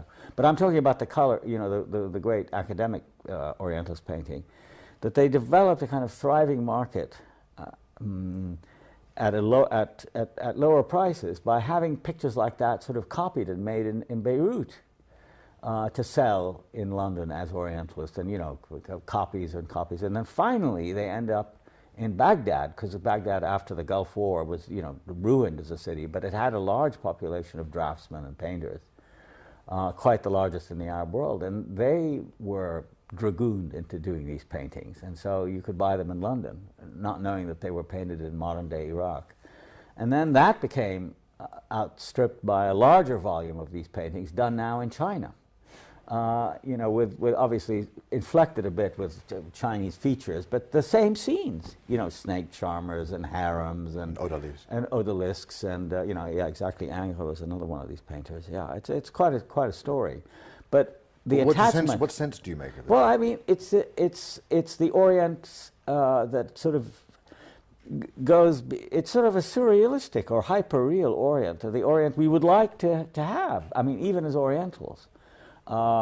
It's a kind of two-way street. It's not just for Western consumption, because it's consumed by Orientals who want the same glamour and romance, which underlines the case for its totally imaginary status. It doesn't have any veridic status at all. It's you know, the fantasies of the imagination. And do you find the same fantasy in the novels of the period? Oh, absolutely. Very much so. Early Sherlock Holmes, I mean, you know, A Sign of Four. Although India itself isn't represented except as it's told to a story. It's all about that kind of Orient, and Pierre Loti, the French novelist of the late 19th and early 20th century. And on it goes. I mean, you see it in Malraux, you see it in Gide, and a lot of it is associated with the availability of sex outside the period, outside the societies that are more constraining in the metropole, in Paris and London. So but isn't this the Oriental being portrayed as object? Yeah, object always either object for projecting fantasies, object of desire, right, that is available, absolutely, that is subjected to a more powerful realm. Yeah, I mean, the thing about all this art is that the spectator feels like a voyeur, sort of looking in on scenes of intimacy and display that reach their kind of sort of middle-class apogee. There's a wonderful book about it called The Colonial Harem by an Algerian called Malik Al-Lula. Book came out about 15 or so years ago. He sent it to me because in part it was inspired by my book. And what it is a collection of postcards made by the French in Algeria to send, you know, troops to send home, or, you know, pieds noirs.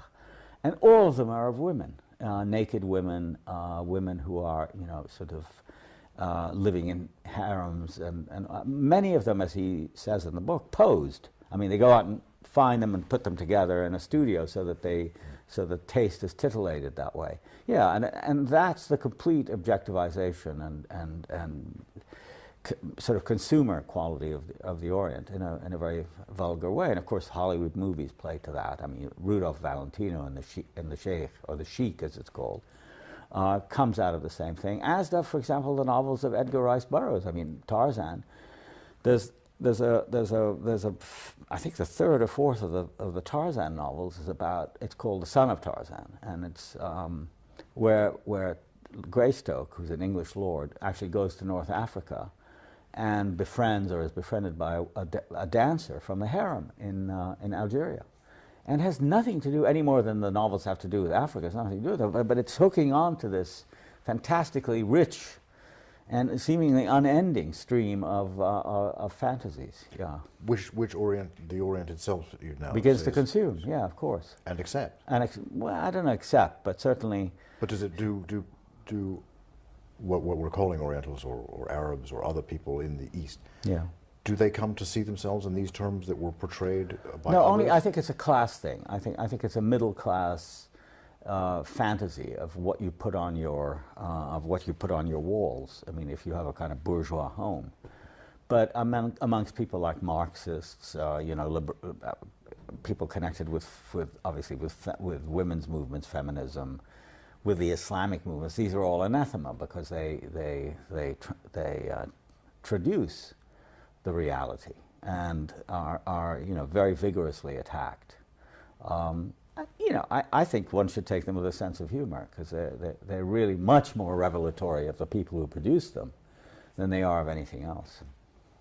Now, from Orientalism to cultural imperialism, there was a lot of time it elapsed. You read the criticism of the first book and so on. In what way does it develop the original themes, and in what ways does it advance them? Is it an advance upon them? Well, in two ways. One, they were written about 14 years apart. I mean, Orientalism came out in 78, Culture and Imperialism in 92. In the meantime, I had written about 6 or 7 or maybe even 8 books on subjects having to do with Palestine, on technical literary theory and criticism, developing issues that I'd raised in Orientalism, which was really quite barren of machinery, critical machinery. I didn't go into, but I did in this. And for example, a book I wrote in '83 called "The World, the Text, and the Critic."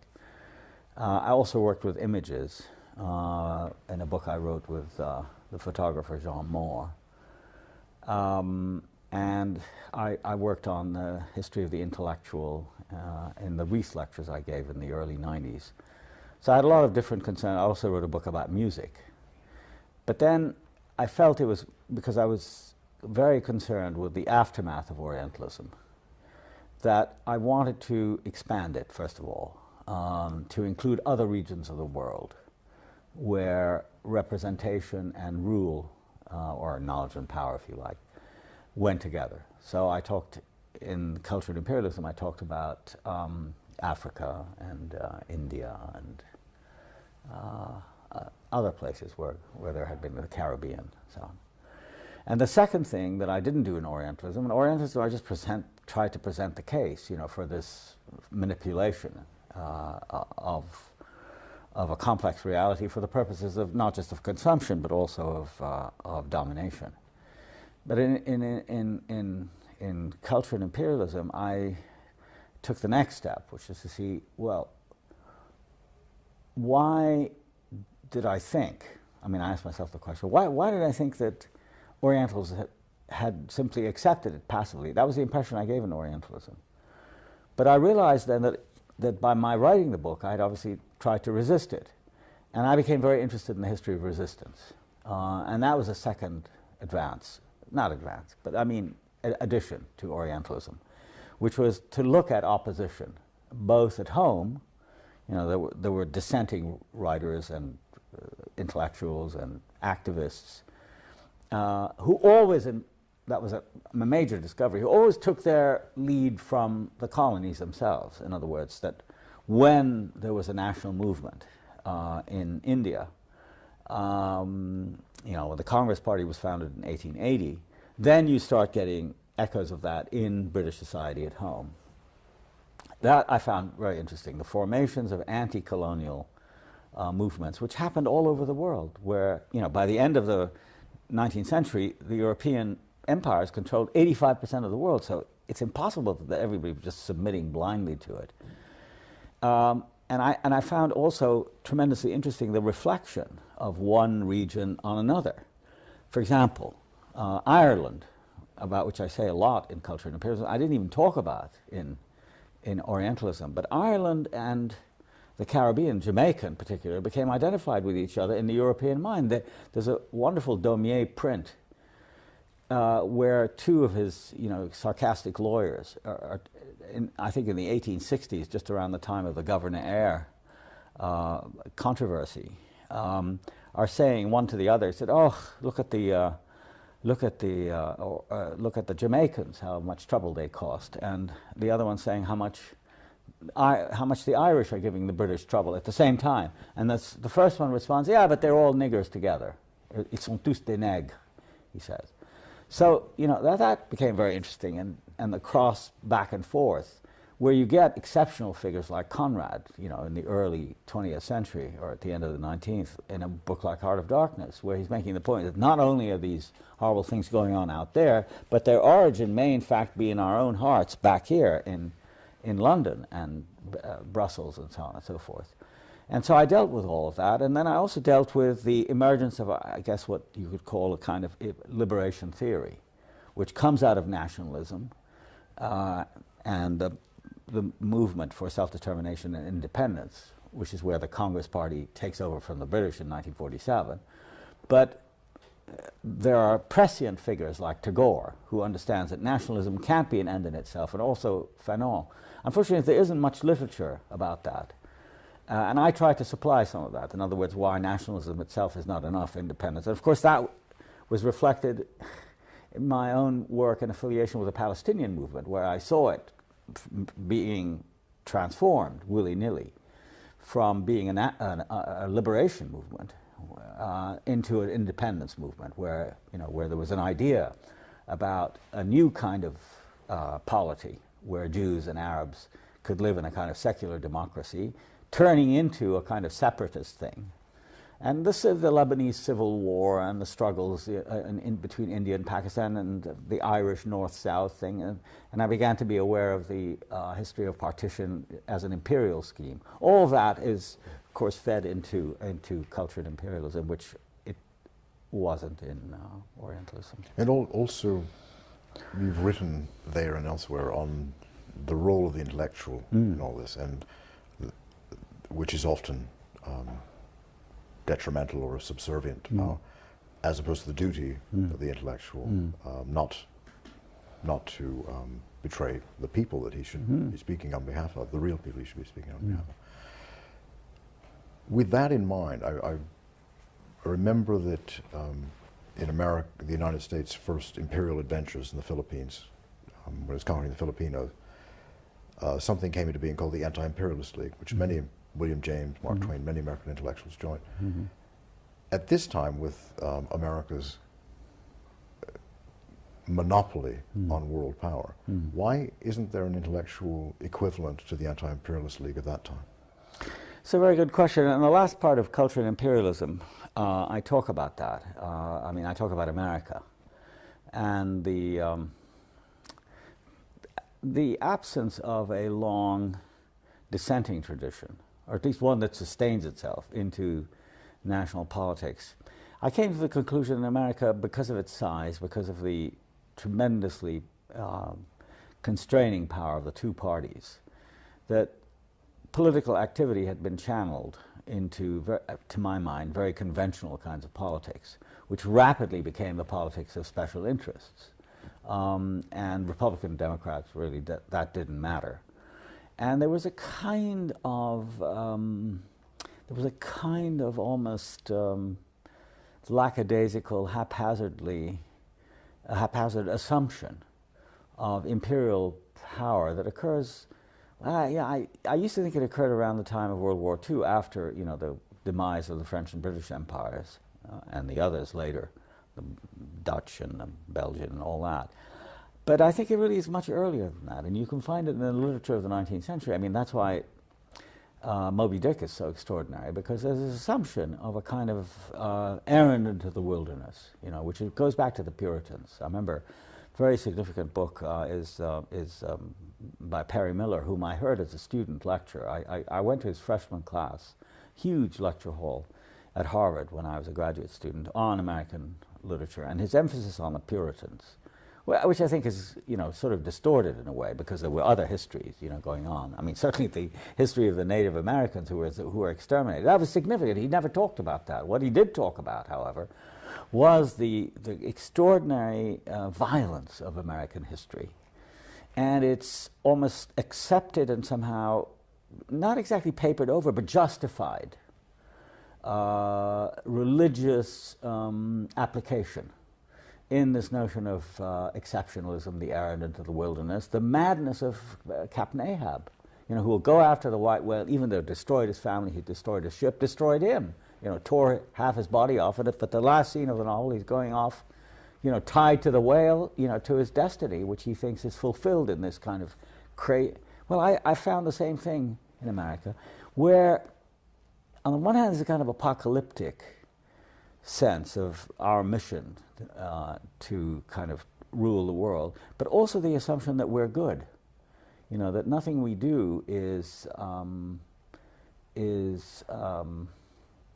can be criticized because somehow we're altruistic. And I found this very troubling assumption that whereas we assumed that the Russians were, ruling by design and taking over countries and whatever it is that they did, and the Arab nationalists did the same thing and so on. Americans never did that because we didn't have an empire, and we didn't really... Russia invaded Afghanistan, but America had a presence in Vietnam. Well, that's it, exactly. And the presence was, benign one. I mean, we were always there to bring democracy, to modernize, to show people the way of America, whether it's through Coke and McDonald's and blue jeans and all the rest of it. And so many people...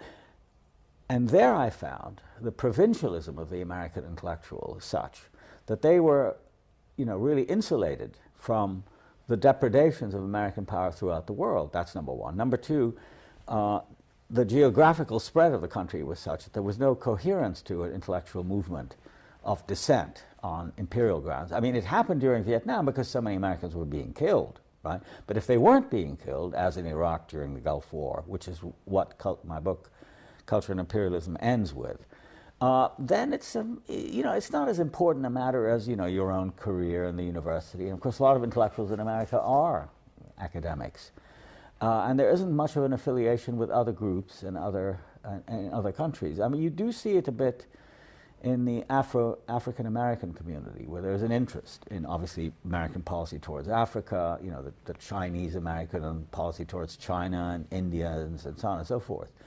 But what I found was really missing and terribly important was a general movement, an anti-imperialist movement, which is never beyond the early examples you mentioned of Twain and Dewey. But that movement had over 300,000 members. Yeah, I know. It was an important movement, but it never, it lasted for a while, but it didn't have a kind of presence in the society that the American empire does. I mean, especially after World War II, where we are literally, there are American troops now in over 150 countries all over the world, and so you can't think of it as just a series of sporadic interventions, which is what the media allows you to think. That if we're not showing pictures of what happened in Somalia or what may be happening in Zanzibar, which is in fact happening. There are troops going there now. Then it's not happening. We don't need to pay attention to it. And that I found very troubling. Well, the British Empire portrayed itself in the same way, sort of muddling. Yeah, they all do the same thing. They all do the same thing. Somehow they ended up holding the cards at the end. Well, there is a lot of muddling. There's no use pretending that it's a well-oiled system that simply goes on.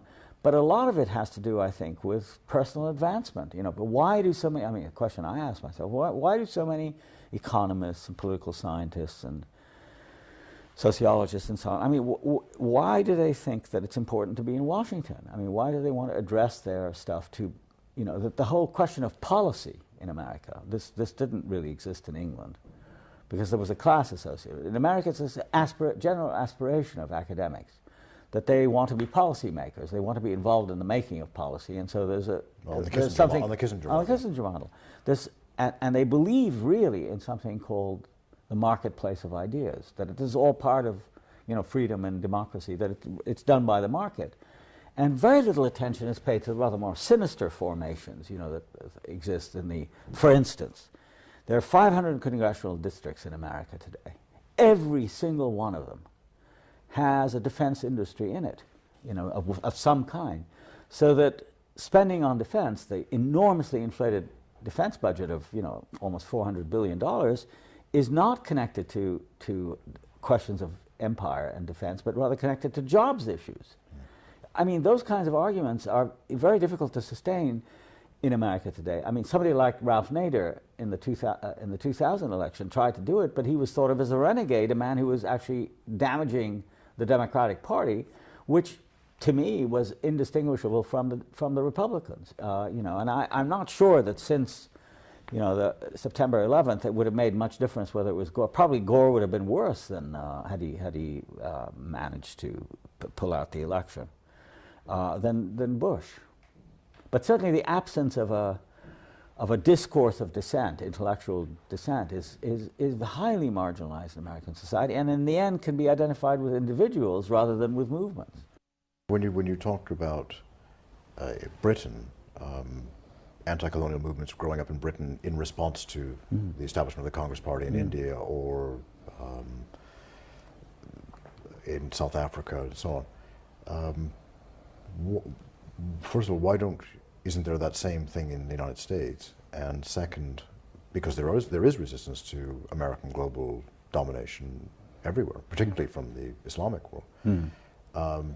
Why don't we see that? And second, do you see somehow in a book like The Quiet American the portrayal of the differences amongst the three empires, and there are three different ways of doing things, with Fowler, the French, and Pyle representing this altruistic but harmful American in Vietnam, and the French being somehow wiser and the British standing back and observing.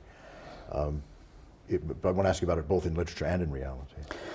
Well, there's no doubt that the American self-portrayal, even in the fiction and the popular fiction of our own time, is very self-idealizing.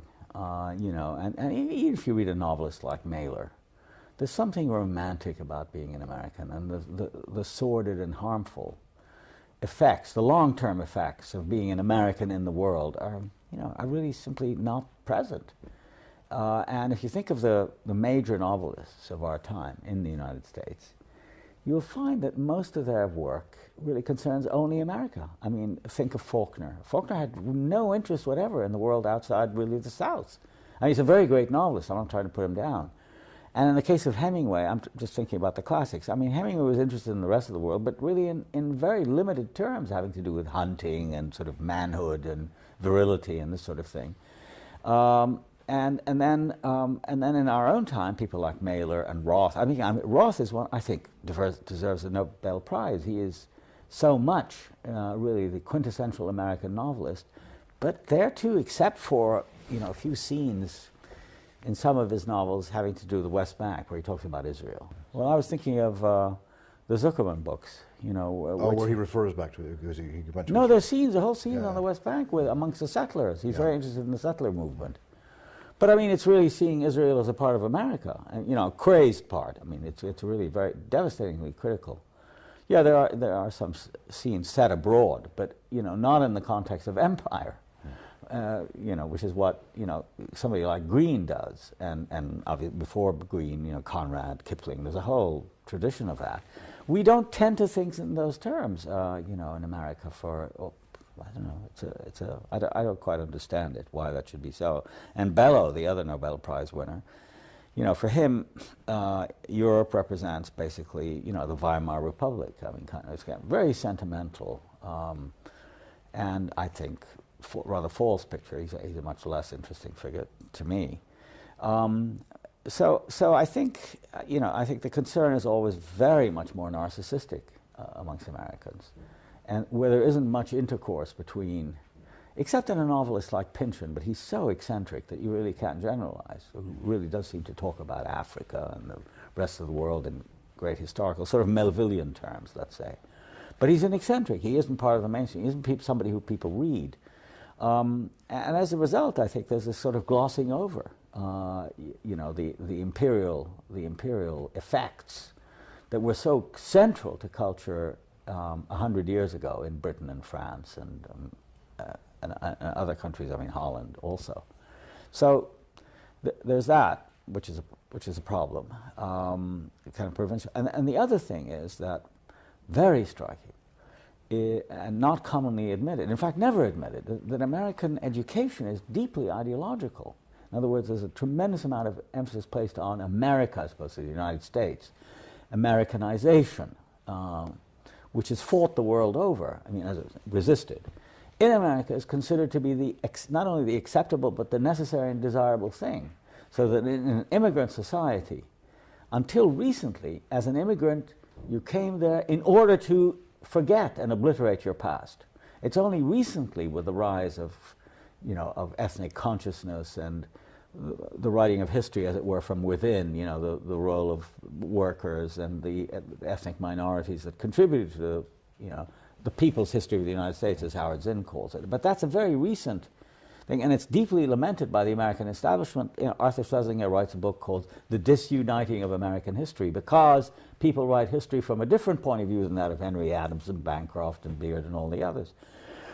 So that the homogenizing effects of American education are so strong that, by the time students and consumers get through high school, they've turned into a finished product, which I would call America, or American, in that sense, which teaches you, first of all, not to question the state. If you look in American writing, the notion of the state, which is such a powerful discourse, for example, in France, and even in England, historically, it doesn't have an existence in American writing or American thought. We don't think of the state. We think of somehow of a polity that transcends the state, the sacred status given to the Constitution, the importance of the court system, which is quite unique. I mean, it has its positive sides in the Bill of Rights and the amendments of the Constitution, in the whole notion of canonizing freedom of speech and so on and so forth. But its bad side is it removes it from the realm of the secular and places it in another. At the same time, that there's this very, in my opinion, materialistic and quite sordid side, of corporate America, which is, lobbies and the kind of thing that the Enron scandal turned up. Well, you have written that most students will come with a desire to conform, and as Paul Goodman has also written, leave the university with an even stronger desire to conform and advance themselves. Yes, because why do you teach? What's the point? Well, one teaches really for the people who might be changed by it, and some have been. I mean, in some corner of their mind, there's a possibility that, in teaching literature, I've never taught politics. I've never taught the Middle East, for example, about which I've written a great deal. But what I've tried to teach all along in equating students with the classics of literature, I never teach popular culture. I don't teach, sort of junk fiction. I try to teach, high-class art, basically, and music. The idea is to, put them in contact with it. It happened to me with my own son, who had resisted during high school the notion that one could read literature. And then in his freshman year in college, I mean, it wasn't me, it was another teacher, who introduced him to Balzac. And I remember a phone call from my 18-year-old son in November of his freshman year saying, "How come, Dad, you never talk to me about this guy Balzac? He really is terrific, that there is another world outside popular culture." This is Wadia when he's 18. So there's that. Second of all, to ask questions. I spend a lot of time, as I grow older, making it obvious to the students that I don't know all the answers. In fact, I'm puzzled by passages in Hopkins or T.S. Eliot or Wallace Stevens or, so the thing of asking questions and not exactly raising the level of suspicion, but certainly troubling the mind rather than allowing it to be settled with questions and so on. And I spend a lot of time attacking doctrines and orthodoxies and dogmas. What good that does, I don't really know, but I mean, I think that it marks some students. So it's not really a major effect. But it's not entirely futile. No, I don't think it's futile, and I enjoy it. I mean, for me, it's terribly important, and the writing is also very important for me because because of the internet now reach a large audience in the Arab world, which is what interests me the most. I'm interested in influencing opinion there, And trying to explain Arabs to Americans and Americans to Arabs is worth doing if you can manage it. And I've been very lucky that way, that they've given me a platform to do it in. As to the question of what one does and as to results, I like the idea of having more than one audience. I mean, the internet and the fact that now I write regularly for an Arabic paper, which I've been doing for the last 12 or 13 years. The discipline of appearing, which is terribly important, and you have the chance to do that. But in the final analysis, I realize that I'm not that anxious to satisfy my audience. In fact, or whoever reads me, and the same with the students, I think I'm much more interested in provoking and even stimulating resistance to what I'm saying than I am to giving them stuff that will amuse them or to keep them sort of interested. And I prefer that kind of, well, I guess it's a form of intransigence to the other kind, which is to work in cliches and in the known avenues. And the fact that I'm a literary person writing about hard politics a lot of the time, and that my stance is quite clearly oppositional. I've learned from people like Chomsky and Alex Coburn really to name the names and cite the figures, so that in the end it isn't the audience that matters so much as the material. It's the subject that matters much more. And in the case of the subjects that interest me, they're also difficult subjects. I'm very attracted to the difficult as opposed to the comfortable and I'm much less interested in affirming than I am in negating or in some way being negative. So that the topics that historically I've always been associated with have been modernist literature, which is defined as difficult, the question of Palestine, which is not only difficult, it's almost impossible. But in that case there's also a human dimension, which is my own experience, and which I don't really talk that much about, but it's there. And my relationship to people and my responsibility to people in very difficult, if not impossible, situations. The role of the intellectual, who is, by my definition, can't be organically connected to what she is writing about, but really is writing in sense of opposition. Music, which attracts me not because it's soothing. I mean, I can't listen to music and do anything else at all. I mean, it's especially when I'm ill. Music is, for me, a very difficult, almost impossible discipline, having to do with the most difficult rather than the easiest kind of music. I mean, I have mixed feelings about people like Mozart and Haydn, whom I love. But I'd much rather listen to, say, late Bach, the Art of Fugue and the Goldberg Variations and the Musical Offering, than I am interested in listening to sort of dance music or... so all of these subjects where the requirements of the subject are a constant challenge to one, whether morally, technically, intellectually, ethically, in all these ways. So in the end, your sense of the audience, which is what you're taught as a journalist and as a writer, for consumption, to cater to, it's just the opposite for me. I want to know two things. First, when you first went back after your childhood, why did you go back? And then why wouldn't you go back to live? I went back for the first time to effectively Israel in 1992, having tried a few times during the 80s to go. In 1988, we were all set to go. And in fact, there was an American television program who wanted to film our return. And Shamir just issued a pronunciamento, and he said, I'm not allowed to go because I'm a terrorist. I was a member of the National Council. So we couldn't go until after 91, when I resigned from the National Council. But still before Oslo. In fact, I went twice before Oslo in the years before, 92 and 93. And, visiting it for the first time, there was obviously the emotional experience of reacquainting myself with a place I hadn't seen in, many, many years, which really was Israel, not the West Bank. I mean, I went to the West Bank twice, once in the middle 50s for a family wedding, and then again in the early 60s for... When it was still under Jordanian. It was Jordan. I mean basically Jerusalem and Ramallah.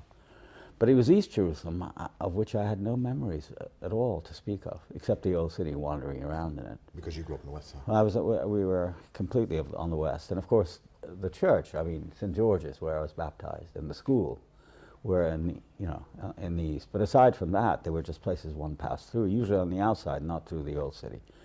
So it was really, it was Israel that I saw for the first time, converted from Palestine that I knew.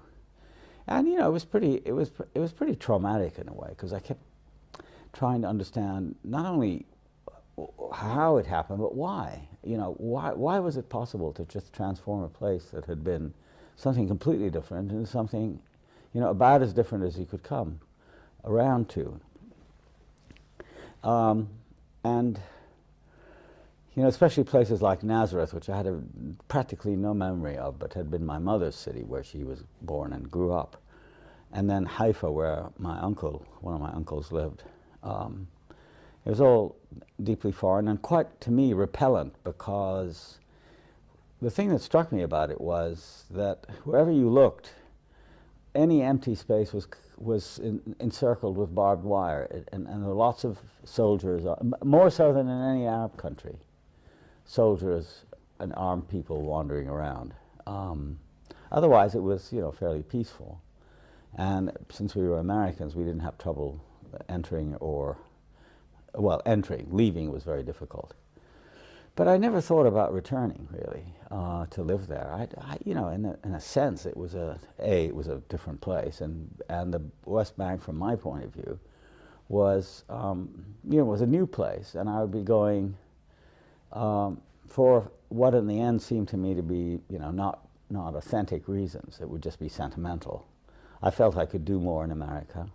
I had made my life there.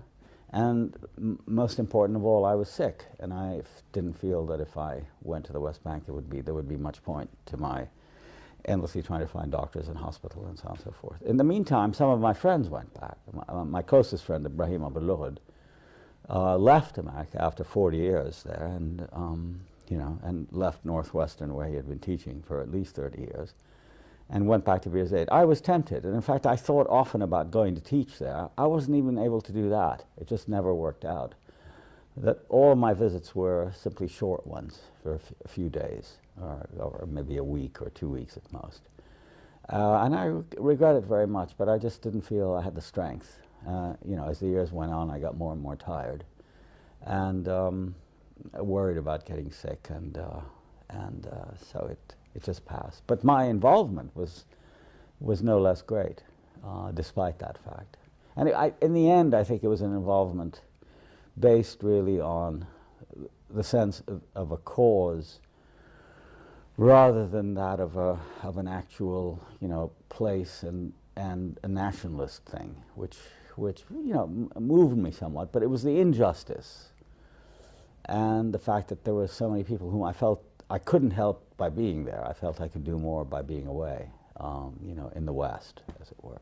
Now you did a book with Jean Moore. You did a couple of documentary films. You're right. What were the films about? Well, I made several documentary films during the 80s, which had Palestine in them, but they were films taken from outside. I mean, including the book I did with Jean. In fact, all the books I wrote about Palestine, including this one, were all written from outside. They were really exiles' books. And this one in particular, which was written to photographs by Jean Moore, came about in a very grotesque way when the UN decided to have this conference on the question of Palestine. In Geneva it was to be held. A Secretary General was appointed for the conference, a woman called Lucille Maire, Jamaican woman. And she appointed me as her advisor. And part of the job that I did for her was to compile a dossier of papers, various aspects of Palestine, the history of Palestine, a profile of the Palestinian people, Palestine and history, that sort of thing. About 10 papers, which could be accepted or rejected by various of the member states, because everything at the UN is done by member states, not by individuals. And the upshot of it was that I think all the papers were refused. Somebody objected. Most often it was the Jordanians, you know, or the Syrians, or somebody who had, oh, and the Turks, you know, and the paper that Maxime Rodinson wrote about Palestine and colonialism. He talked about the Turkish, the Ottoman Empire, and they just didn't want any reference to it, so they just vetoed it. And there was no, you don't have to give an explanation, so everything was just scotched, except the profile, which we kept and then published separately as a document of the conference. So then I suggested that we have some pictures, an exhibition, at the entrance of the hall where the conference was going to take place. And that was accepted. And the pictures that were suggested were Jean Moore's pictures. He had been compiling photographs of Palestinians since 1948, when he worked in Gaza as a volunteer in the Red Cross. And he'd been taking pictures of Palestinians ever since. So I had thousands of pictures. So he picked a few. At that point, I didn't know him very well. I had met him through John Berger and then through Iqbal Ahmed. I saw him in New York and admired his work with John very much. In any event, especially the book on the migrant workers in Switzerland, which is called The Seventh Man. So we picked the pictures. There were maybe 10 of them. They were blown up, you know, to wall-hanging size. And I wrote captions for them, you know, to explain what they were. Just, you know, Palestinians in the refugee camp in Beirut, or Palestinians going to work in Nablus, or stuff like that. And they were all vetoed. They would accept the pictures, but not any of the captions. Because it turned out at this conference that it was impossible to actually talk about Palestinians as a group. Everybody had some objection to it. It was thought of as infringing on sovereignty in Jordan and Syria, Turkey, et cetera, et cetera. So as a result of this quite extraordinary and, as I said, bizarre decision, Jean and I got the idea of doing a book together where he would, in a certain sense, a continuation of that rather odd thing, where I couldn't go back, but I could go back through his pictures. So since he had so many, I had him pick about 500 pictures, and then over a period of a few months, I picked out the pictures that just spoke to me.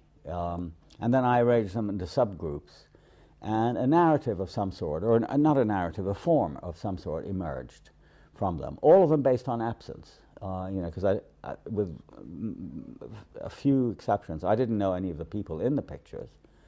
But for example, one of the pictures, which ends, I think, the second chapter, I picked the picture because it, you know, it was very suggestive to me. And then it turned out to be of somebody I knew. I didn't know it at the time at all, that it was, oh dear, I'm not sure I can find it. Can I just take a second to find it? It's sort of stupid not to be able to. Here it is, this picture of a woman, an elderly woman, wearing glasses with a lined face, sitting in, obviously, it was a middle-class house in Amman. And then, I can't remember who it was. I was showing it to a friend, a Palestinian friend, and he said, oh, that's Mrs. Faraj. And indeed, that is who it was. Mrs. Faraj was my cousin George's wife's mother, whom I knew. In fact, I was at their wedding in 1947, and I hadn't seen her all these years, but she turns up as a subject in Jean Moore's photographs. And so, you know, it was that kind of connection, I mean, as explicit as that, and in some cases implicit. For example, there was one picture that I particularly was moved by, which was a picture of this. I mean, what struck me is that the tremendous number of symbolic, what seemed to be symbolic writings around Palestinians like that. It's a bit of a palimpsest. Well, it's a palimpsest, and it's really, it's undistinguishable. It's just lots of scratches. And then pictures that of some sort of ruin, like this, or mocking pictures like this one, which I think is a masterpiece of Jean Moore's art, a kind of scarecrow made with a shoe. And I don't know, it looks like an Israeli soldier, you know, kind of deconstructed. And then there were other pictures of the sort that spoke to me from my from scenes I had seen from my own experience, like this of the wedding in Lebanon. in Lebanon, you know, refugees with the sort of ill-fitting suit of the bridegroom, and of course the ever-present Mercedes with the Deutschland, you know, probably stolen or smuggled car that had become a part of life. There's one picture in particular I just passed that I want to show, which I found quite haunting because it reminded me of my childhood. A rather distant scene, I think in Ramallah, as I recall now. I don't know if I can find it right away. This is it. This is a village between Ramallah and Nablus. It just seemed like a rather idyllic photograph, which he got. And so in many respects, I found the pictures to be both attractive, I mean, which they mostly were. I mean, I picked them for that reason, or directly repulsive, like these pictures of Israeli settlements, you know, which are quite horrible, defacing the countryside. But in any case, something about them, you know, sort of, I think that's the theme of the book in a way, so prevented me from entering. You know, pictures of people with their backs turned, or people I didn't know, holding up signs that I couldn't read, people involved in activities that I couldn't decipher. But all of them identifiable in some way as Palestinians, either because of their dress like that, or because of a certain look on the face, which I tried to describe, a certain kind of stubbornness going on, you know, which is the kind of secret, not the secret, the heart of the whole Palestinian tragedy. We're speaking of a period during which Jean Moore and many others are recording the lives of the people who officially did not exist. Right.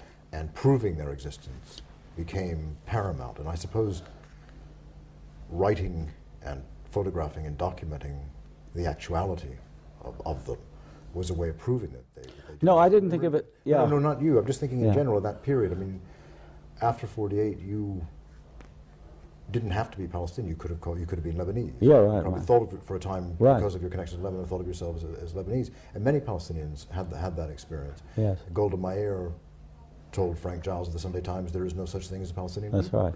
So just the fact of existence was being denied, but.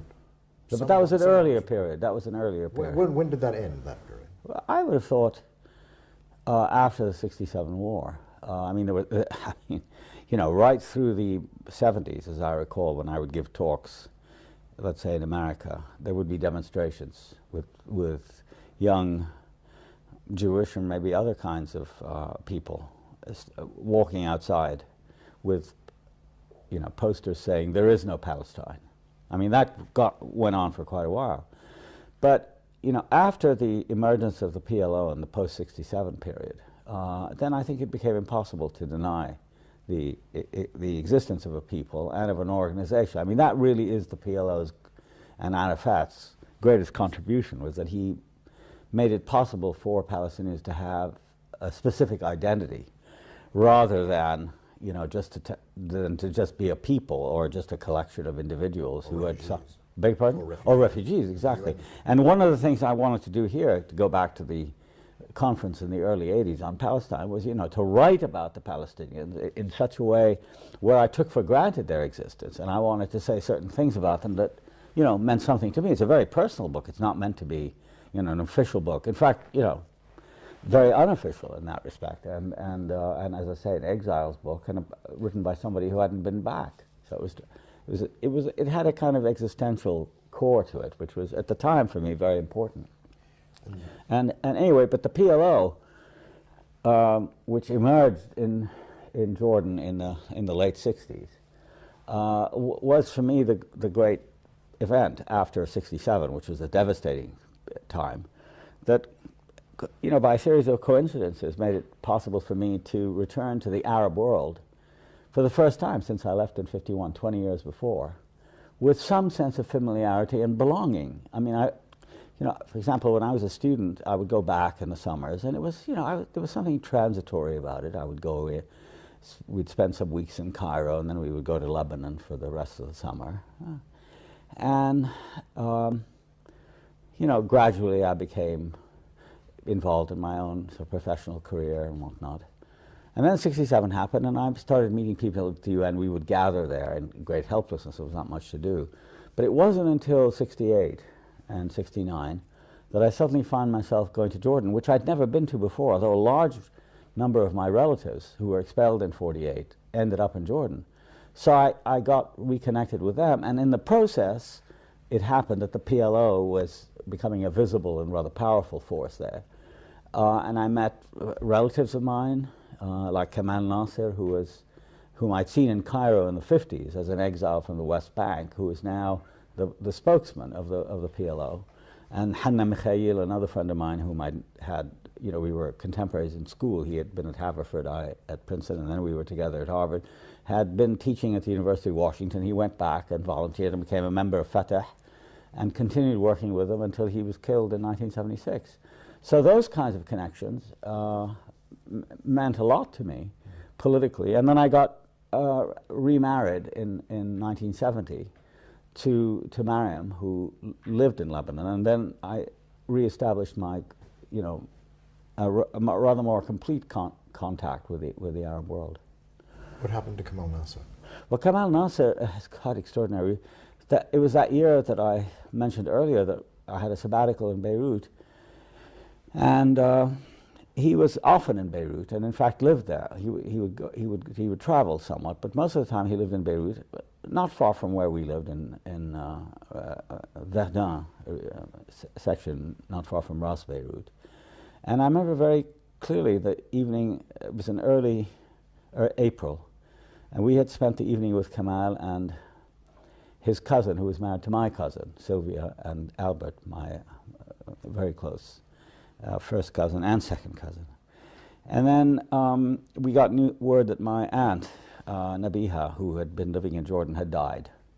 And so Albert and I decided to go to Jordan that night to attend the funeral and then take her. That was the closest I came to going back to Palestine, to take her to Jerusalem to bury her. And I got permission. My name was put on some list. But Albert and I, in the middle of the night, got to the Syrian-Lebanese border, and I discovered that by mistake I had taken my son's passport instead of mine, and so I couldn't continue. I came back. And Kamal had gone off. He had spent part of the evening babysitting for Albert and Sylvia. And that very night, he was assassinated by an Israeli team that had come ashore and killed 3 PLO leaders, of whom he was one. He was killed by Ehud Barak, who later, as you know, became Prime Minister of Israel. And it was it was an extraordinary moment that he was killed as, of course, the habit has gone on of these extrajudicial killing of suspected terrorists and all the rest of it. But in a vindictive and humiliating way. He was apparently shot in the mouth because of his eloquence. The after effects of that were to make, I think, the whole relationship between Israelis and Palestinians, I think, irreconcilable in many ways. It was the beginning of riots and fighting in Lebanon. Yeah, I mean, I know. And when we had arrived in the fall of '72, they were already bombing the camps in the south. They were bombing the outskirts of Beirut. I mean, so this idea that there were only these important conflagrations and engagements between Palestinians is simply not true, because the Israelis have always been armed. There was always asymmetrical power. And they've always used their enormous military power, derived from, paid for by the US, against unarmed civilians, and shooting down schools and refugee camps and hospitals. I mean, those were occurring all the time we were there, but always at a convenient distance so that you could, think they were not taking place. And for all of its achievements in putting Palestinians as a reality before the world and putting the Palestinian cause before the world, the PLO subsequently signed an agreement at Oslo with which you were in profound disagreement. Well, one mustn't forget what happened during the rest of that decade of the 70s. I mean, the PLO for the first time established Palestinian institutions. So there was a research center, there was a health service, there was a sense in which we had become a kind of nation in exile or in waiting. And this was also the period where we were two things at the same time. We were a liberation movement that attracted most of the world's liberation movements. Beirut became a capital for people. I'll give you an example. When Mariam and I went to South Africa in '91, we met people at the ANC Mandela had just been released. It was May of '91. and we went to the ANC headquarters in downtown Joburg, and we saw people that I had seen in Beirut in the 70s who had come there when the ANC was, outlawed in South Africa. Many of the Sandinistas turned up, various people from Ireland, Cubans, and so on. And also on the other side, Carlos. Yeah, well, that's always been there. Yeah, all of those people, right, of course. And in a certain sense, I regretted that aspect of the PLO, which was particularly, I think, allowed by Arafat in the 80s, in the 70s rather. That is to say, many factions, and he would play them off against each other. There was never, like the FLN, whether the Algerian or the Vietnamese, a kind of central thing. It was always factions, and there was a Syrian faction, there was an Iraqi faction, there was a Marxist-Lenin, and so it was a chaos, but it was, in many ways, a rather creative chaos, with regrettable and unfortunate sides, until '82, at which point the siege of Beirut took place and the PLO was banished. And Arafat became an exile for the next 10 years. And during those 10 years, during the 80s, he was in Tunisia. And being a member of the National Council, and I knew him quite well, I went often to Tunisia, whether for meetings or to talk with him. My main concern was was to try to inform him and his people about the United States. I already in 1979 in Beirut had given a lecture in which I forecast, I won't say prophesied, but I forecast the fact that they would be negotiated with the Americans in a matter of time, because it was inevitable. And no matter what the Israelis did during the Intifada, for example, the first Intifada of the late 80s, 87 to 92, they were never able to dislodge the PLO, even among people on the West Bank and Gaza. They tried, for example, it was the Israelis who encouraged Hamas and established it. Peres himself was in charge of that. And the Islamic University in Gaza. All of that, as alternatives to the PLO, but that simply strengthened the PLO. I mean, there's this thing about Palestine. I think most people who are oppressed will resist by being, more stubborn in their beliefs and convictions, and wanting to go on. And all the efforts that were made to get Palestinians to move never succeeded with the Palestinians of Palestine. The Palestinians in Jordan, who were driven out in 71 by Hussein and by the Hashemites, and then again in 82 by the Israelis, ended up, one has to say it, ironically, by returning to Palestine, which is what happened with Arafat.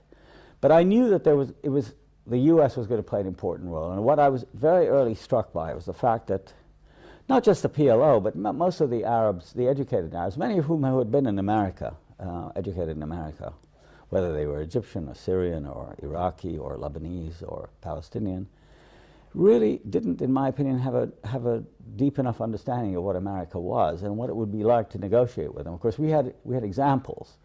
There were the Vietnamese talks, and a very good guide in all of this was my friend Iqbal Ahmad, whom I took to Beirut in 1980, introduced him to Arafat, and he was the first one to explain to them that just having a lot of soldiers in South Lebanon and maybe 2 tanks, which is all they had, would be as nothing to an Israeli invasion. And he prophesied what the Israelis would do almost to the letter.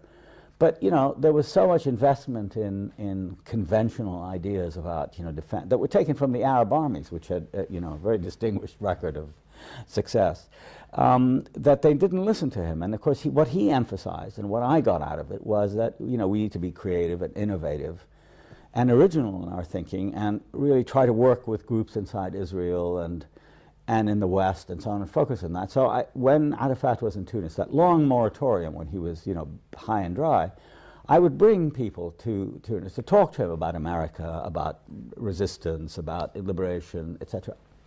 It was hopeless, because in the end, what I could see right through the 80s was a very, very conventional mindset, where his model of rule was, Hafiz al-Assad in Syria, that if you could get to Hafiz al-Assad and whisper in his ear, it would be done. So he figured if you could get to the top American, then that was the end of your problem. And so the top American was the president.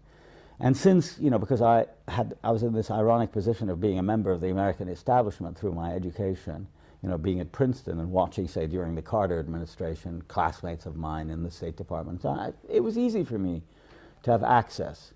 But I realized it wasn't enough, and so I was in this feverish situation of trying to explain.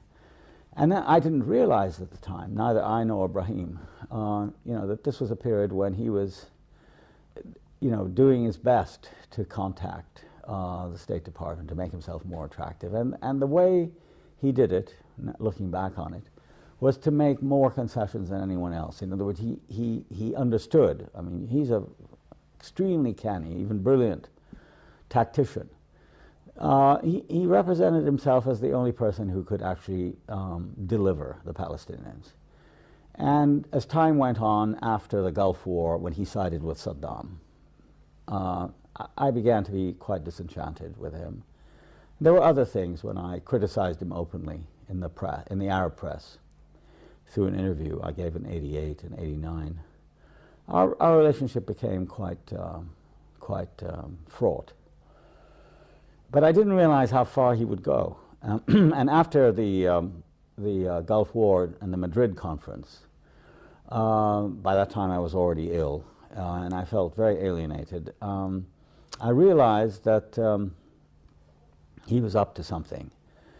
And I could see that the West Bank and Gaza delegation that had been appointed to negotiate with the Americans and the Israelis in Washington were a front for him, and that the real, sort of behind-the-scenes power was Arafat himself, who had a man, Nabil Shaath, on that committee, reporting back to him. So whenever they took a very strong stand against the Israelis in their negotiations, Shaath would telephone Arafat, and then Arafat, through Shaath, would undercut their position by offering less, offering more.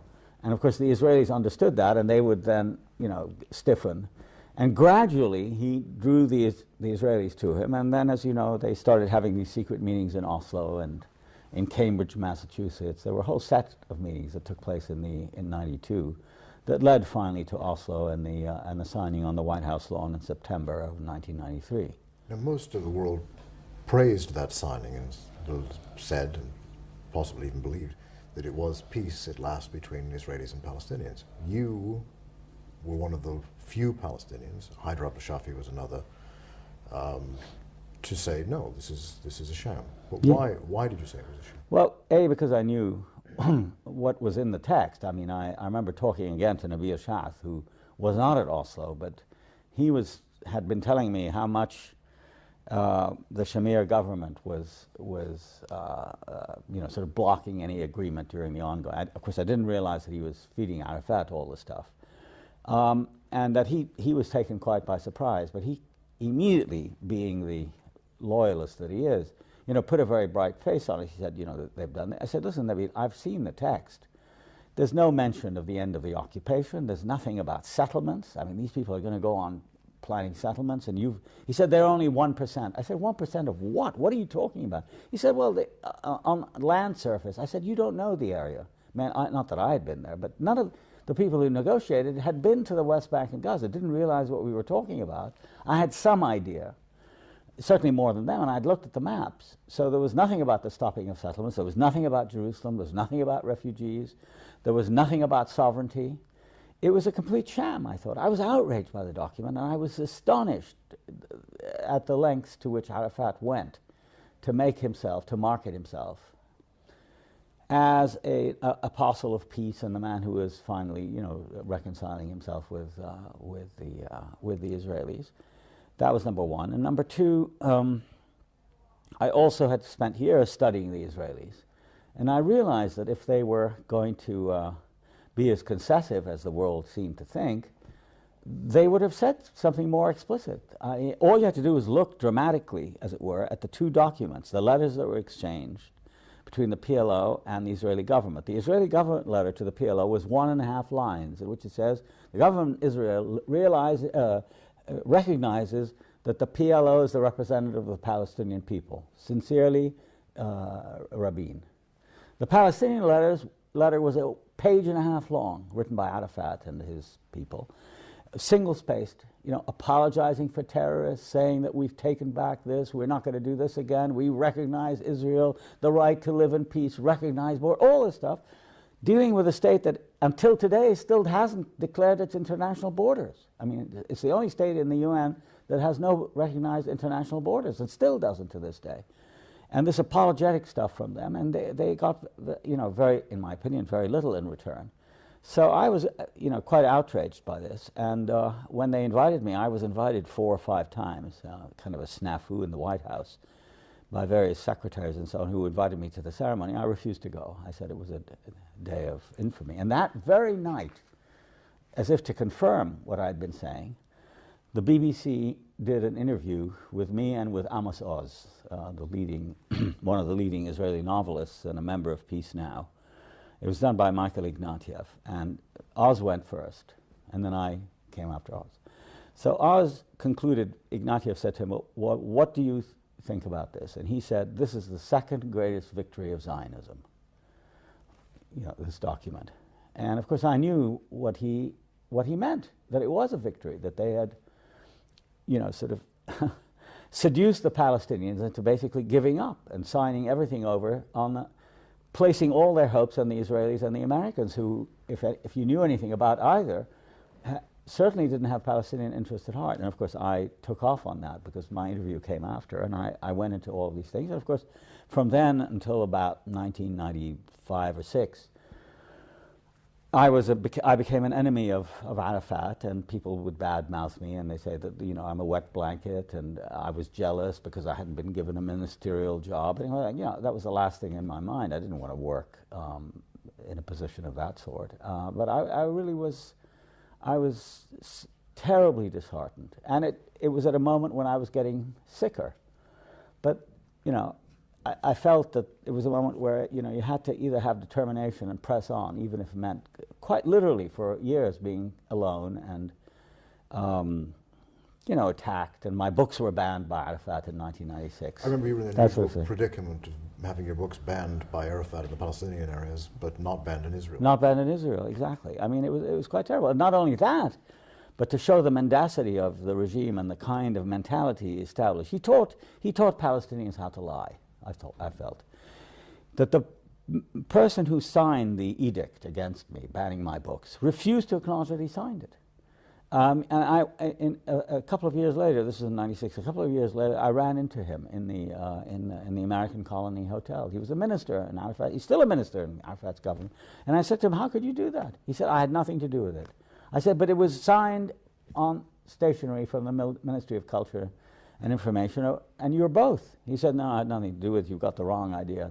And even friends of mine who were in the government said, "We know nothing about this thing." But wherever you went, you couldn't get the books, or, you know, my books were, because they were in Arabic, that's it. They had been translated from English, from my columns, put together in a fairly cheap edition, all about Oslo, from Cairo, and they were immediately distributed all over the West Bank. So that went on until, you know, it became intolerable for most Palestinians, and gradually the tide turned and opinion went my way.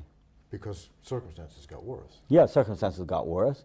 And he tried, Arafat and his people tried often during the 90s to arrange meetings with me, etc., but I refused to have anything to do with them. I remember once I said, somebody asked me this on an American talk show. He said, "Well, you know, what are your relationships with Chairman Arafat?" Because I used to be known as Arafat's man in New York during the 80s.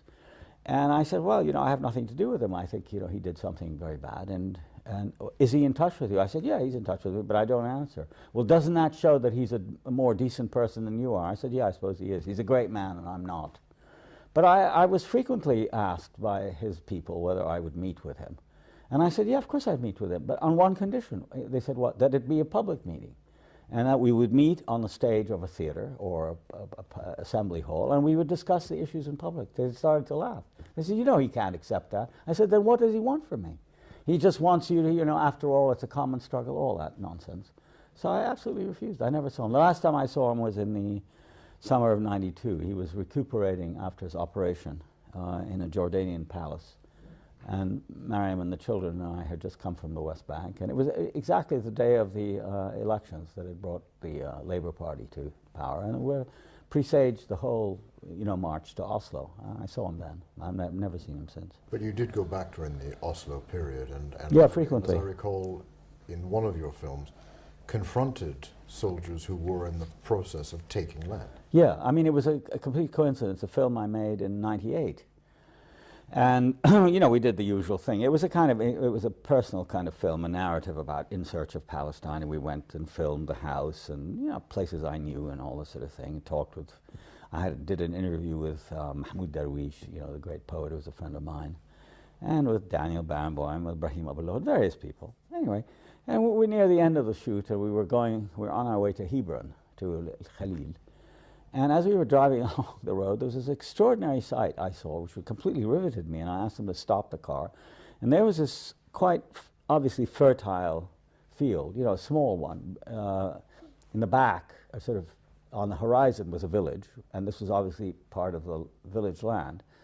And there was this Israeli bulldozer plowing up the field and tearing up the trees. And there were this small group of Palestinian men in their hattas and standing there and sort of arguing with 2-3 Israeli soldiers. So we immediately stopped, we got down, and I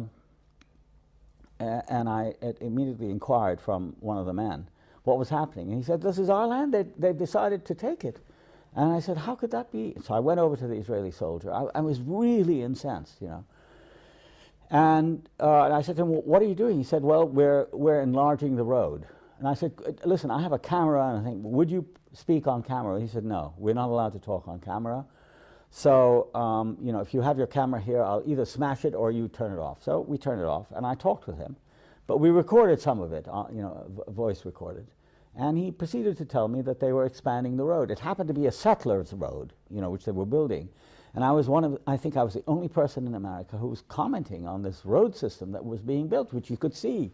But none of the reporters, who were talking about peace and, reconciliation between Palestinians and cooperation. And of course, and all the NGOs and the Ford Foundation and the aid agency were sponsoring seminars and projects. And a whole new class was emerging of NGOs who cooperated with Israel. And there were dialogues and all fig leaves for this horrible expansion, this metastasis of the thing. What then happened was that I said to him, this man is telling you that his livelihood depends on it, and you just tell me it's the land of Israel. What kind of inhumanity is that? He said, "Listen, think of it this way. We've sent people to the moon. We build cars. This road," and he pointed to the settler road, he said, "this road needs to be expanded. So in order to do that, you have to excavate more land and take more land away." I said, "Yeah, but you're killing the trees, you're killing the crops." He said, "It doesn't matter, it's progress." And then he refused to say anything. And then the worst thing, I think that, I'm not even sure we got it in the film, was that I went back to him after I talked to the men, and I said, "Well, what about Oslo? What about these agreements that you made with the Palestinians?" He said, "No, this is being done with the knowledge of the authorities." So I asked one of the Palestinians, "Is that true?" He said, "Yes, he came and he talked with them, and apparently," then I found out that what the Israelis had done during that period, it was in '98, they would announce in the local press, there would be like a box or something saying that we're going to come and take land for the road, the expansion of the road on such and such a date. So rather than dramatizing that, the Sultan or the authority would go along with it, would say nothing. They had been informed. Maybe people had been bought off, but that's where I felt really the failure of Oslo, was the inability of Arafat and his people to protect their own people. That was, to me, the great crime. Not that the people were unwilling to sacrifice, that they weren't willing to march and to be steadfast, sumud as it's called in Arabic, but rather that the authority showed no care for them, and that's the thing that I found most. Just as the Israelis didn't care about them, neither did the authority. And earlier that week, I recall another terrible sequence similar to this one, where there was a group of Bedouin who had been living in the Jordan Valley, not far from Jerusalem, actually, on the way to the Jahalin. I saw what they did. And I got there just after the Israelis had been there, and I saw that these people were out, their tents had been destroyed. They were sitting out in the open, exposed. It was it was a rather severe early spring. It was February or March or something. And it was raining and cold, and there was children running around, and dogs, and women huddling together, and it was a heart-rending sight. And the men spread this blanket or rug. And we sat together and they made me tea and we started to talk. And then as we talked, I asked them questions about have they been helped by anybody. He said, oh yes, the Red Crescent came and the Red Cross came. And Faisal Husseini, who died earlier, about a year ago in 2001, who was the representative for Jerusalem, had come. And they'd all been very kind and they brought us blankets. So I said, very good. And then we stopped filming and then I told one of the men informally, I said, you know, it's really good what you said, that they cared and they came. He said, no, I just said that for the camera. Nobody's paid any attention to us. And they've been moved again. I know. They're constantly being moved from one place to the other. During this Oslo period, the Palestinian Authority appears to have cooperated with land seizures, as you've said. More than that, ministers in the Arafat government were financially benefiting by selling building materials and being involved in the actual construction of settlements, Jamil Tarifi, for example.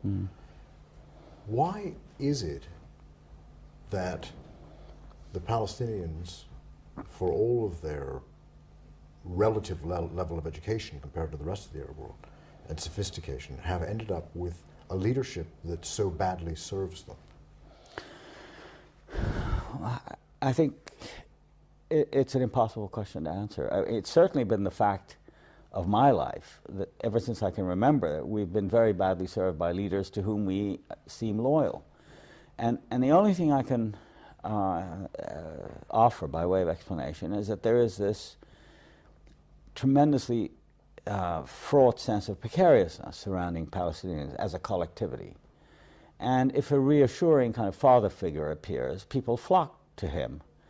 And because our lives and worlds are made up of bad news, if they offer, as Arafat always does, good news, or better, or more important, he doesn't say anything at all. I mean, since, you know, from the beginning of Oslo until now, he hardly has addressed his people, which he could do very easily himself and explain to them, as Mandela does, or did, as other leaders have. And yet people, you know, are loyal to him. And whenever he's humiliated, as he has been recently by the Israelis, they stand by him. And I think we come back now to the question of intellectuals. I think the worst offenders in this are not the ordinary people who, you know, who are just, you know, hanging on to life and trying to make a go of it, and for them it's easy to, but the intellectual class, the one that benefited from the NGOs and the huge amount of money in projects that were poured in for human rights. This, for example, I mean, all these study centers that were established on the West Bank, somebody counted by the middle 90s something about 65 or 70 of them. You know, the study of women, Palestinian heritage, folklore, every conceivable kind. Not a single one was established for the study of Israeli society. You know, and that would be serious, teaching people Hebrew to understand what we're dealing with, what the history is, what the reality, none of that. It's all personal advancement. The absence, very important, I think, and I've been very conscious of this in my own work, the absence of role models. You know, to who do you model your work and life on?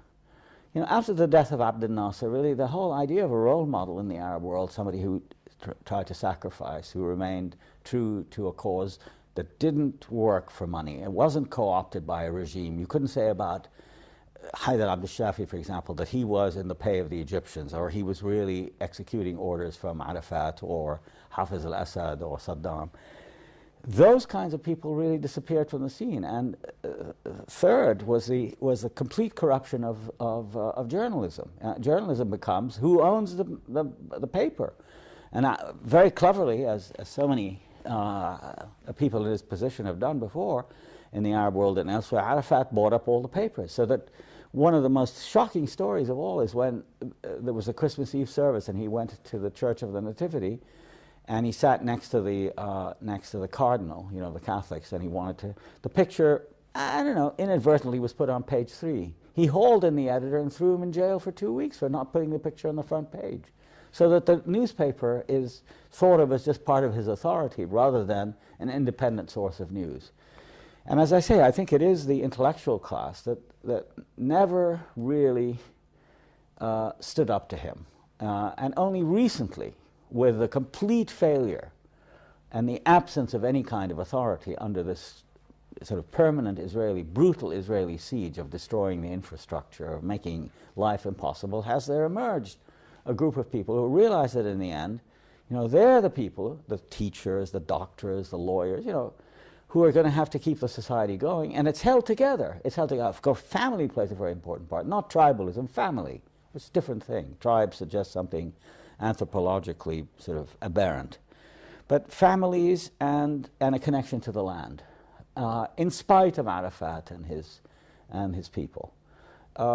And slowly examples of, like, again, my friend Abu Lughod, who went back and really set an example for others that he gave up in America. He was a prosperous, or at least well-off, professor. He owned his own house. He lived in a Chicago suburb.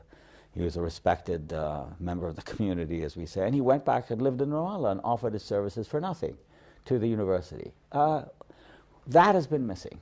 And finally, and ironically, it's been missing not in the people who are, who need to do it, who need jobs, but it's the people who don't need jobs that are the ones who are, the superbly well-educated, the well-off, the people who would survive. I mean, just because their skills and their background give them enough of a head start.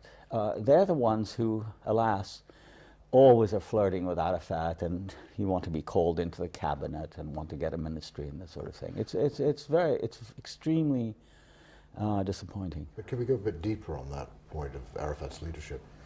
The one way that I might see it, and you might not, I don't know, is that Arafat and other Arab leaders behave in their societies very much like Arab fathers in their families. So the Arafat would never be able to sit with you any more than a father could sit to be questioned by his son in an Arab family. And I think this emerges in your own memoirs and your father.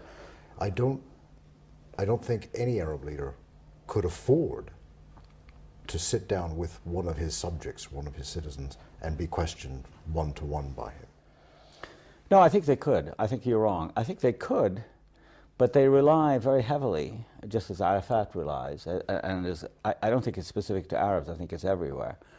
They rely on, you might say, the authority of the authority. Let's say the authority of the office. It's a very intimidating factor.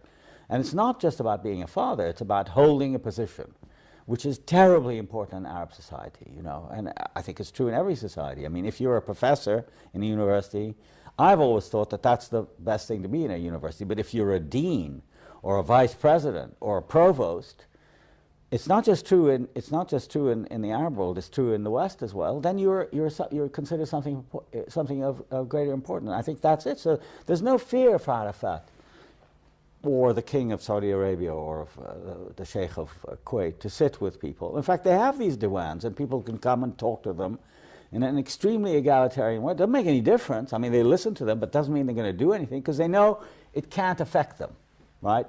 They come as individuals. What we don't have is an informed public opinion which is mobilized, whether through the in Gramscian terms, that is mobilized to create a kind of hegemony through a culture of, let's say, resistance, or at least offering some challenge to the single authority. It's the authority that I think, for example, that somebody like Bush has. It's just because he's the president. People venerate authority, and I think it has, in the end, not so much to do with families. It may be vestigial. I mean, they carry with them a kind of patriarchal cachet, but it's not only that, is what I'm trying to say. I think it's the whole mechanism of power, which I've always believed it's the intellectual's role to oppose, or at least to expose and demystify, and saying, well, he doesn't really have that kind of power. You have to be able to say, and most people are afraid to do that. Well, the thing that seems to have brought the Oslo process to an end were two things. The Camp David talks, which were said to have been the most generous offer Israel has ever made to the Palestinians, 95% of the land, Arafat rejecting it, so the talks collapsed. And also, Arafat's leadership itself seems to me to have come in question by the Palestinians when they began the stone throwing after Sharon's march to the Temple Mount, or the Temple Mount, or the Haram Al-Aqsa. Yeah. So I want you to amplify, because in a way, what happened after the Camp David talks was what you'd predicted what would happen at the time of Oslo. Yeah, well, look, I mean, I think the problem during that whole decade of Oslo, from 93 on, is that they were, thanks to the Americans, let's put it this way, and people like Dennis Ross, they created a kind of space that was completely illusory. It was called the peace process, right? And that was more and more distant from the reality that most Palestinians were living. Their land was being lost at a terrifying speed. Barak himself, who made this famous generous offer, which he had no right to make in the first place, it wasn't his land to offer. You know, I mean, it was illegally taken land, and so, I mean, the word generous offer is outrageous in this context, totally inappropriate. He had implanted more settlements than any other prime minister, including Netanyahu, before him. Okay, so that was happening. There was an impoverishment of daily life. You know, that there was a greater rate of unemployment. More and more people were living below $2 a day, which is the poverty line. It went up to about 40% during those years. Movement was impossible. You know, the closures became more and more impeded life more and more. And from the moment that Barak took office as the great, I remember I was in New York in the spring of '99, just after his election. I happened to be a member of the Council of Foreign Relations, and I was invited to attend a meeting lunch for King Abdullah of Jordan, right? The young king. And most of what he had to say at that meeting was how enthusiastic and how optimistic they all were that Barak was coming in, forgetting about Barak's background, you know, who he had killed, things he had done, and so on and so forth. And they were waiting for him to do things. And then it was quite extraordinary that from the moment he took office until Camp David, the Israelis did not move one soldier from any of the occupied territories in flagrant contravention of the Oslo process. They had overstepped the timetable by 3 years at least, 96 to 99. They did nothing. And all the time the settlements were increasing. Second, they offered the Palestinians cantons, basically, that were separated by Israeli roads and settlements and so on, so that you couldn't really see it as a continuous whole. And, you know, depending on how you calculate it, it was nowhere near 95%, which is what, you know, Thomas Friedman and some of the other columnists have said. It was much, much, much less. It was closer to 40 or 50%. Why?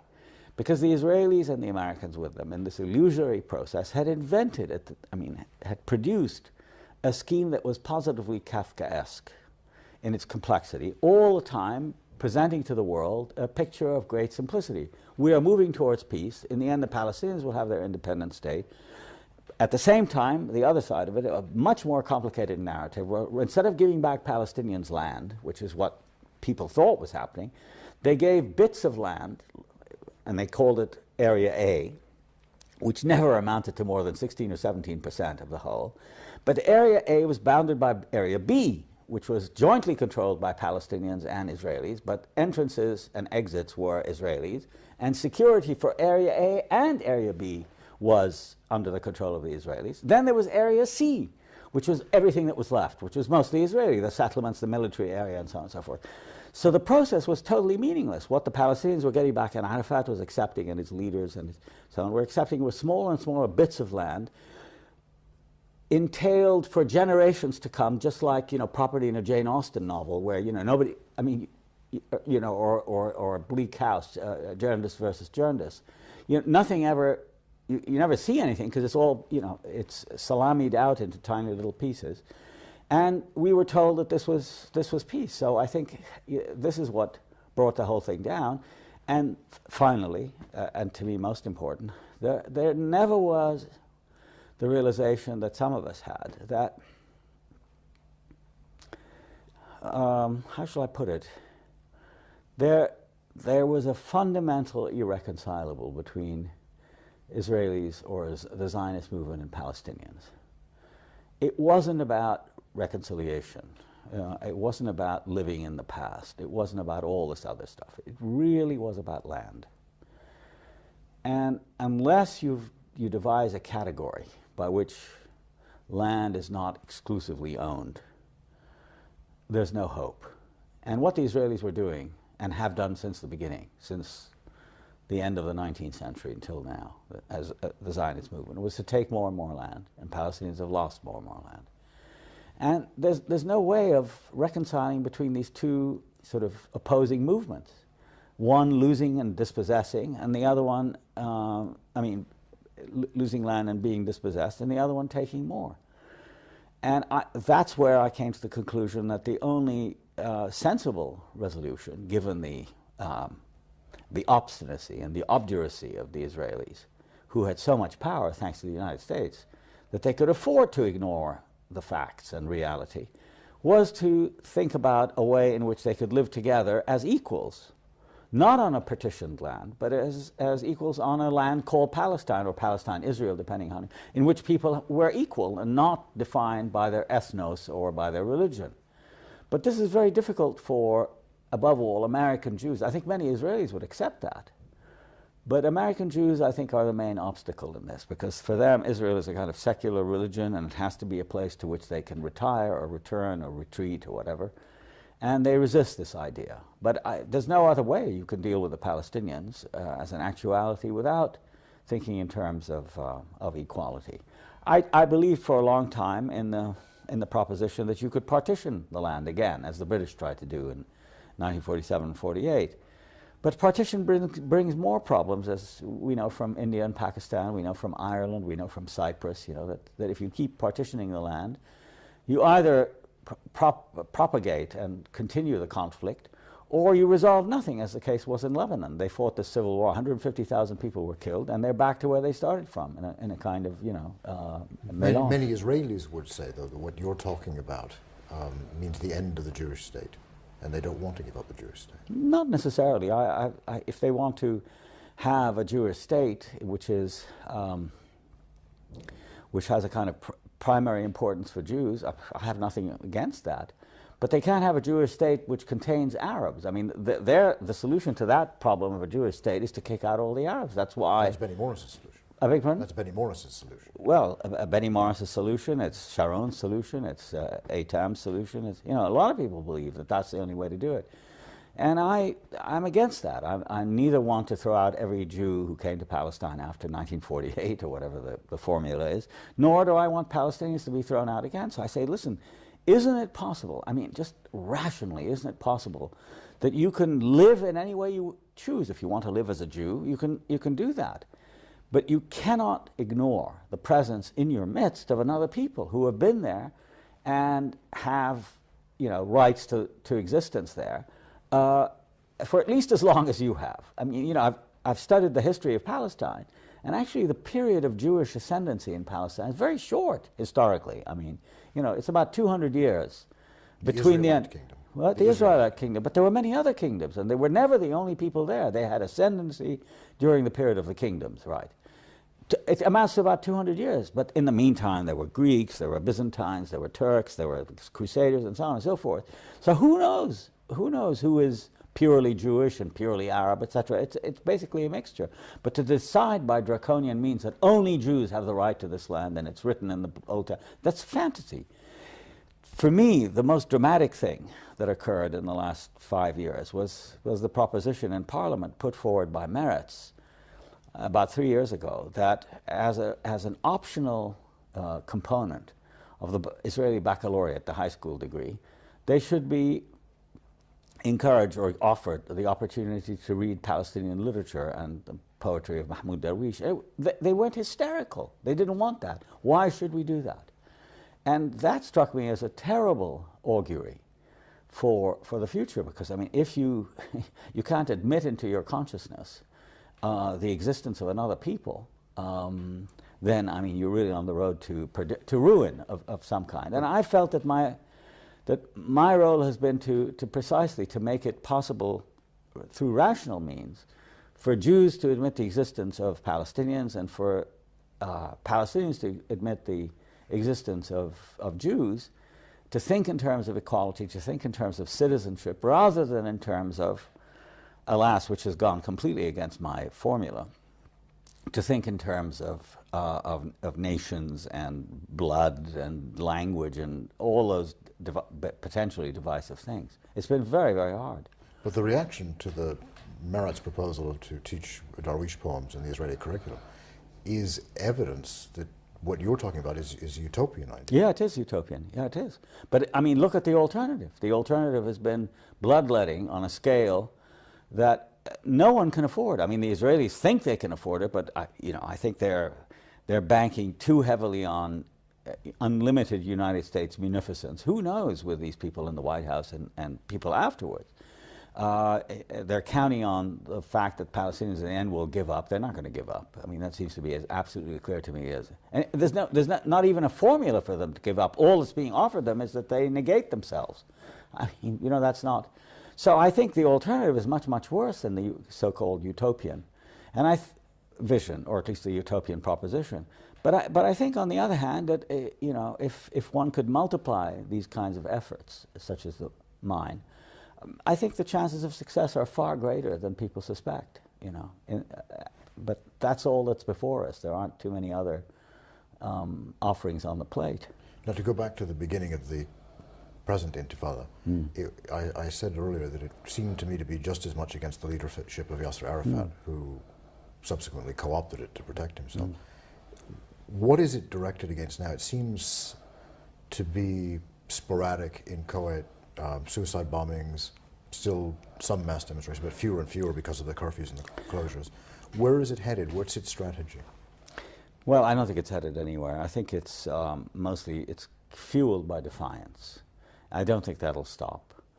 There is, I think one would be foolish to deny it, there is a considerable amount of religious and nationalistic fervor, which comes out in, to my way of thinking, useless acts of destruction. I mean, to show the Israelis that, we exist, and that no matter what you do, there are going to be responses. You can't eliminate everything that we do, which is what the Israelis have been trying to do. There are two inhuman logics really at work.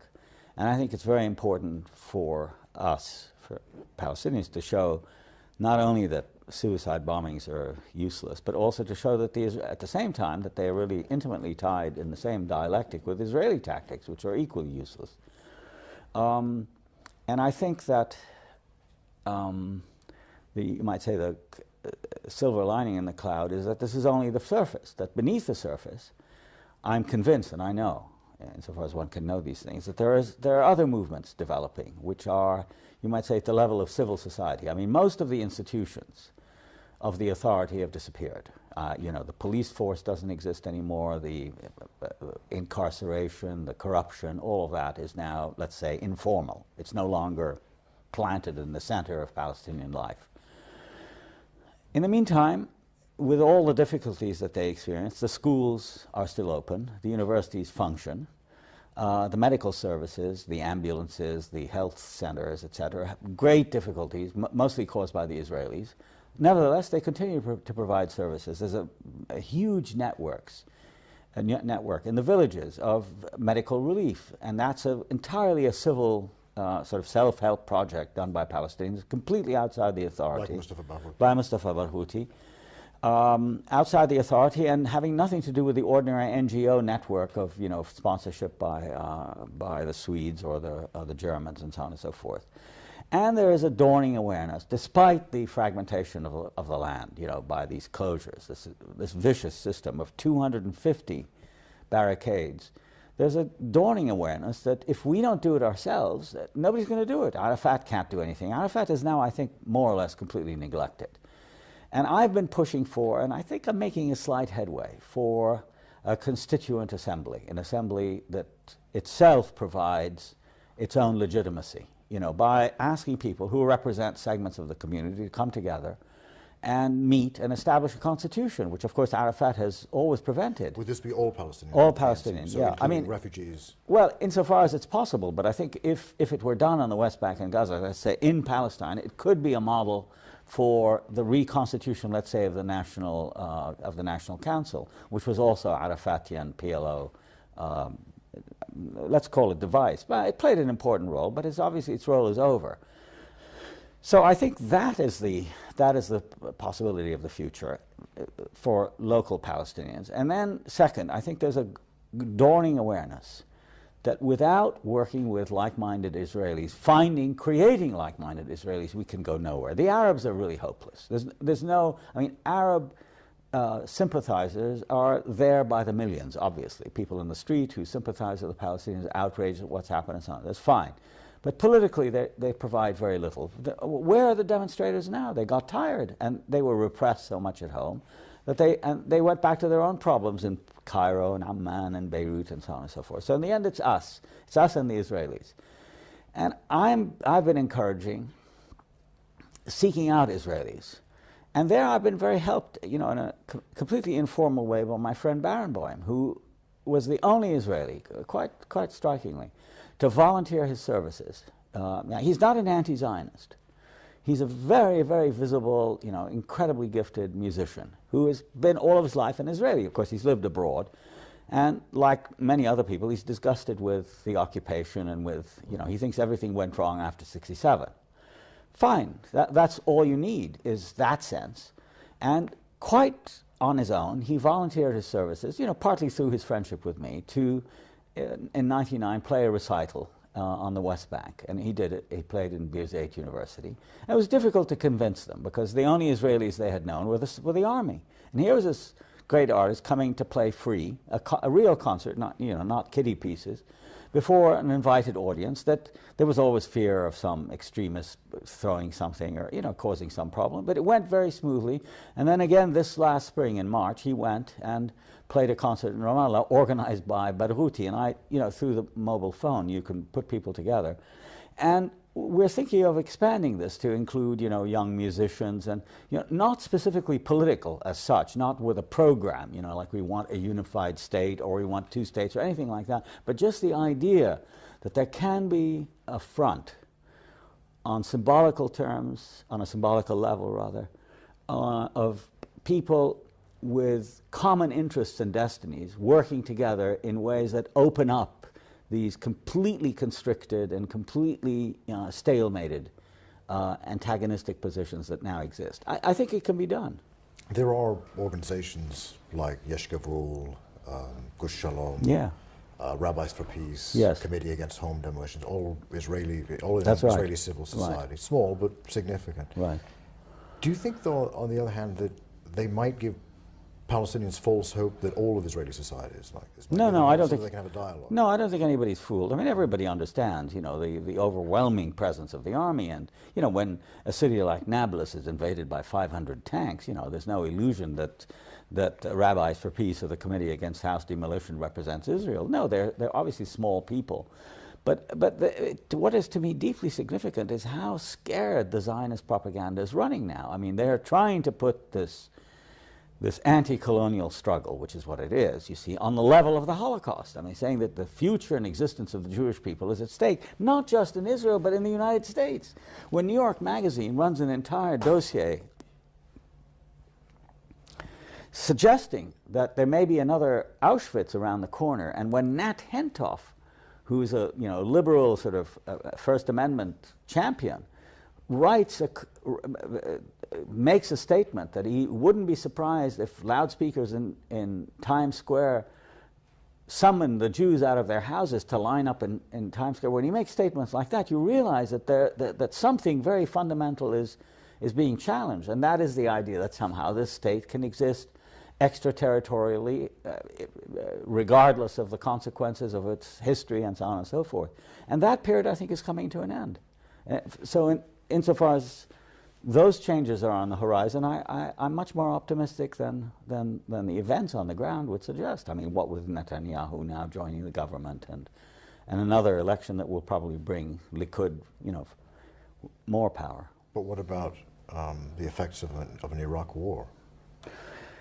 Well, that's the great imponderable. It's hard to know what the fallout of that may be, but I mean, it certainly won't be. It certainly won't be good. It may be, you know, it may be that the drawing of a new map, which is, I think, what Bush and his people really want, and I think what Sharon wants, you know, with a kind of naked hegemony of, not hegemony, naked domination of the United States and Israel over the oil and over the region, which have been, of course, U.S. policy from the beginning. It's now that the gloves have been taken off. That might polarize things more clearly for the inhabitants of the region. You see, I mean, a lot of the thinking of this, it's a very interesting issue. A lot of the thinking about the Middle East has really been extraterritorial. It's been done by people who are not there, by expatriates, by Zionists who live in Washington and New York and London and so on and so forth.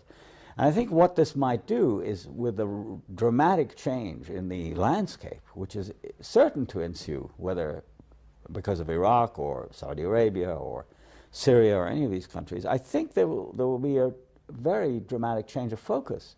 And people will become aware of the fact that, you know, they have a stake in their land, that a kind of new concreteness descends, and people no longer think in terms of dimensions having to do with God and the Old Testament, and I think in the face of this, for example, the Islamist movement in the Middle East, which has been on the wane for a very long time, despite what the media says, will decrease even more as people realize that they have to deal with the here and now, and not with the hereafter, and not with religious politics, and not with Islamic or Jewish or whatever states that is being posited by these movements. And I think it will become a more secular, in all senses, bad and good, of that word. And I think that's a distinct possibility. I don't think the plans, the blueprints, you know, for federalized Iraq and a democratized, I think that's all not paper nonsense done by callow and rather the jejune thinkers who the Orientalists. Well, they're either Orientalists or they're just, they're opportun. I think they're opportunists much more than that. Orientalists in more sense, as we know from Kipling. I'm going to personalize it a bit, this whole problem. And I'm thinking of a poem that Mahmoud Darwish wrote before he went back to live in Palestine. And it was, as I recall, what am I to do then? What am I to do without exile, without long nights staring into the water? What about you? Have you come to depend on exile, to prefer it? Well, I don't know any other state. I mean, it makes no sense to me now at my age and with my declining health to think in terms of making some kind of terminal move. And I've been very interested, not for very subtle reasons, in something that I call late style. You know, I'm writing a book, which I hope I can sometime finish, on the last period of various thinkers and writers and musicians and artists' lives. And it seems to me there are two alternatives, and the one I've chosen to study in my book is the more severe and difficult one, but to me the more interesting one. There is the idea that as you grow older, you become more reconciled, you settle your affairs, and I have this image of the sage or the older person who is settled his quarrels, rid himself or herself, as it may be, of worldly goods, and settles into a kind of holy state of understanding and acceptance. Oedipus at Colonus, for example, or the late plays of Shakespeare, Prospero at the end of The Tempest, returning to life and accepting the fullness of time and so on. There's another alternative, which is that of the late period as being one of greater intransigence, more complexity, more awareness of the irreconcilability of life, that life is not a dialectical process, as Lukács and others used to say, that if you think in terms of a synthesis, you can achieve it, even if it's only a psychological one. But rather that there's a endless discovery of new complexities and new difficulties, and I think that's what really interests me. I mean, it's not that I don't feel any more comfortable with it than I did earlier. I still feel out of sorts and at odds, and anger plays a fairly major role in my thinking about, for example, Palestine. And well, it's not just anger, but it's one is exercised. So you're still raging against the night. Yeah, well, I don't know, raging. No, I try, on the contrary, I try to put it as sensibly as I can. But I don't think one loses one's ambition to try to indicate to people, you know, that there are other alternatives. That's what I'm trying to say, that you don't just shut down at the end, that you try to open up even as you're going down, which I'm certainly doing. But you're trying to open up avenues that you can leave behind for younger people and friends and comrades and so on and so forth. I think in terms rather like that than in the others, in the sort of harmonious terms.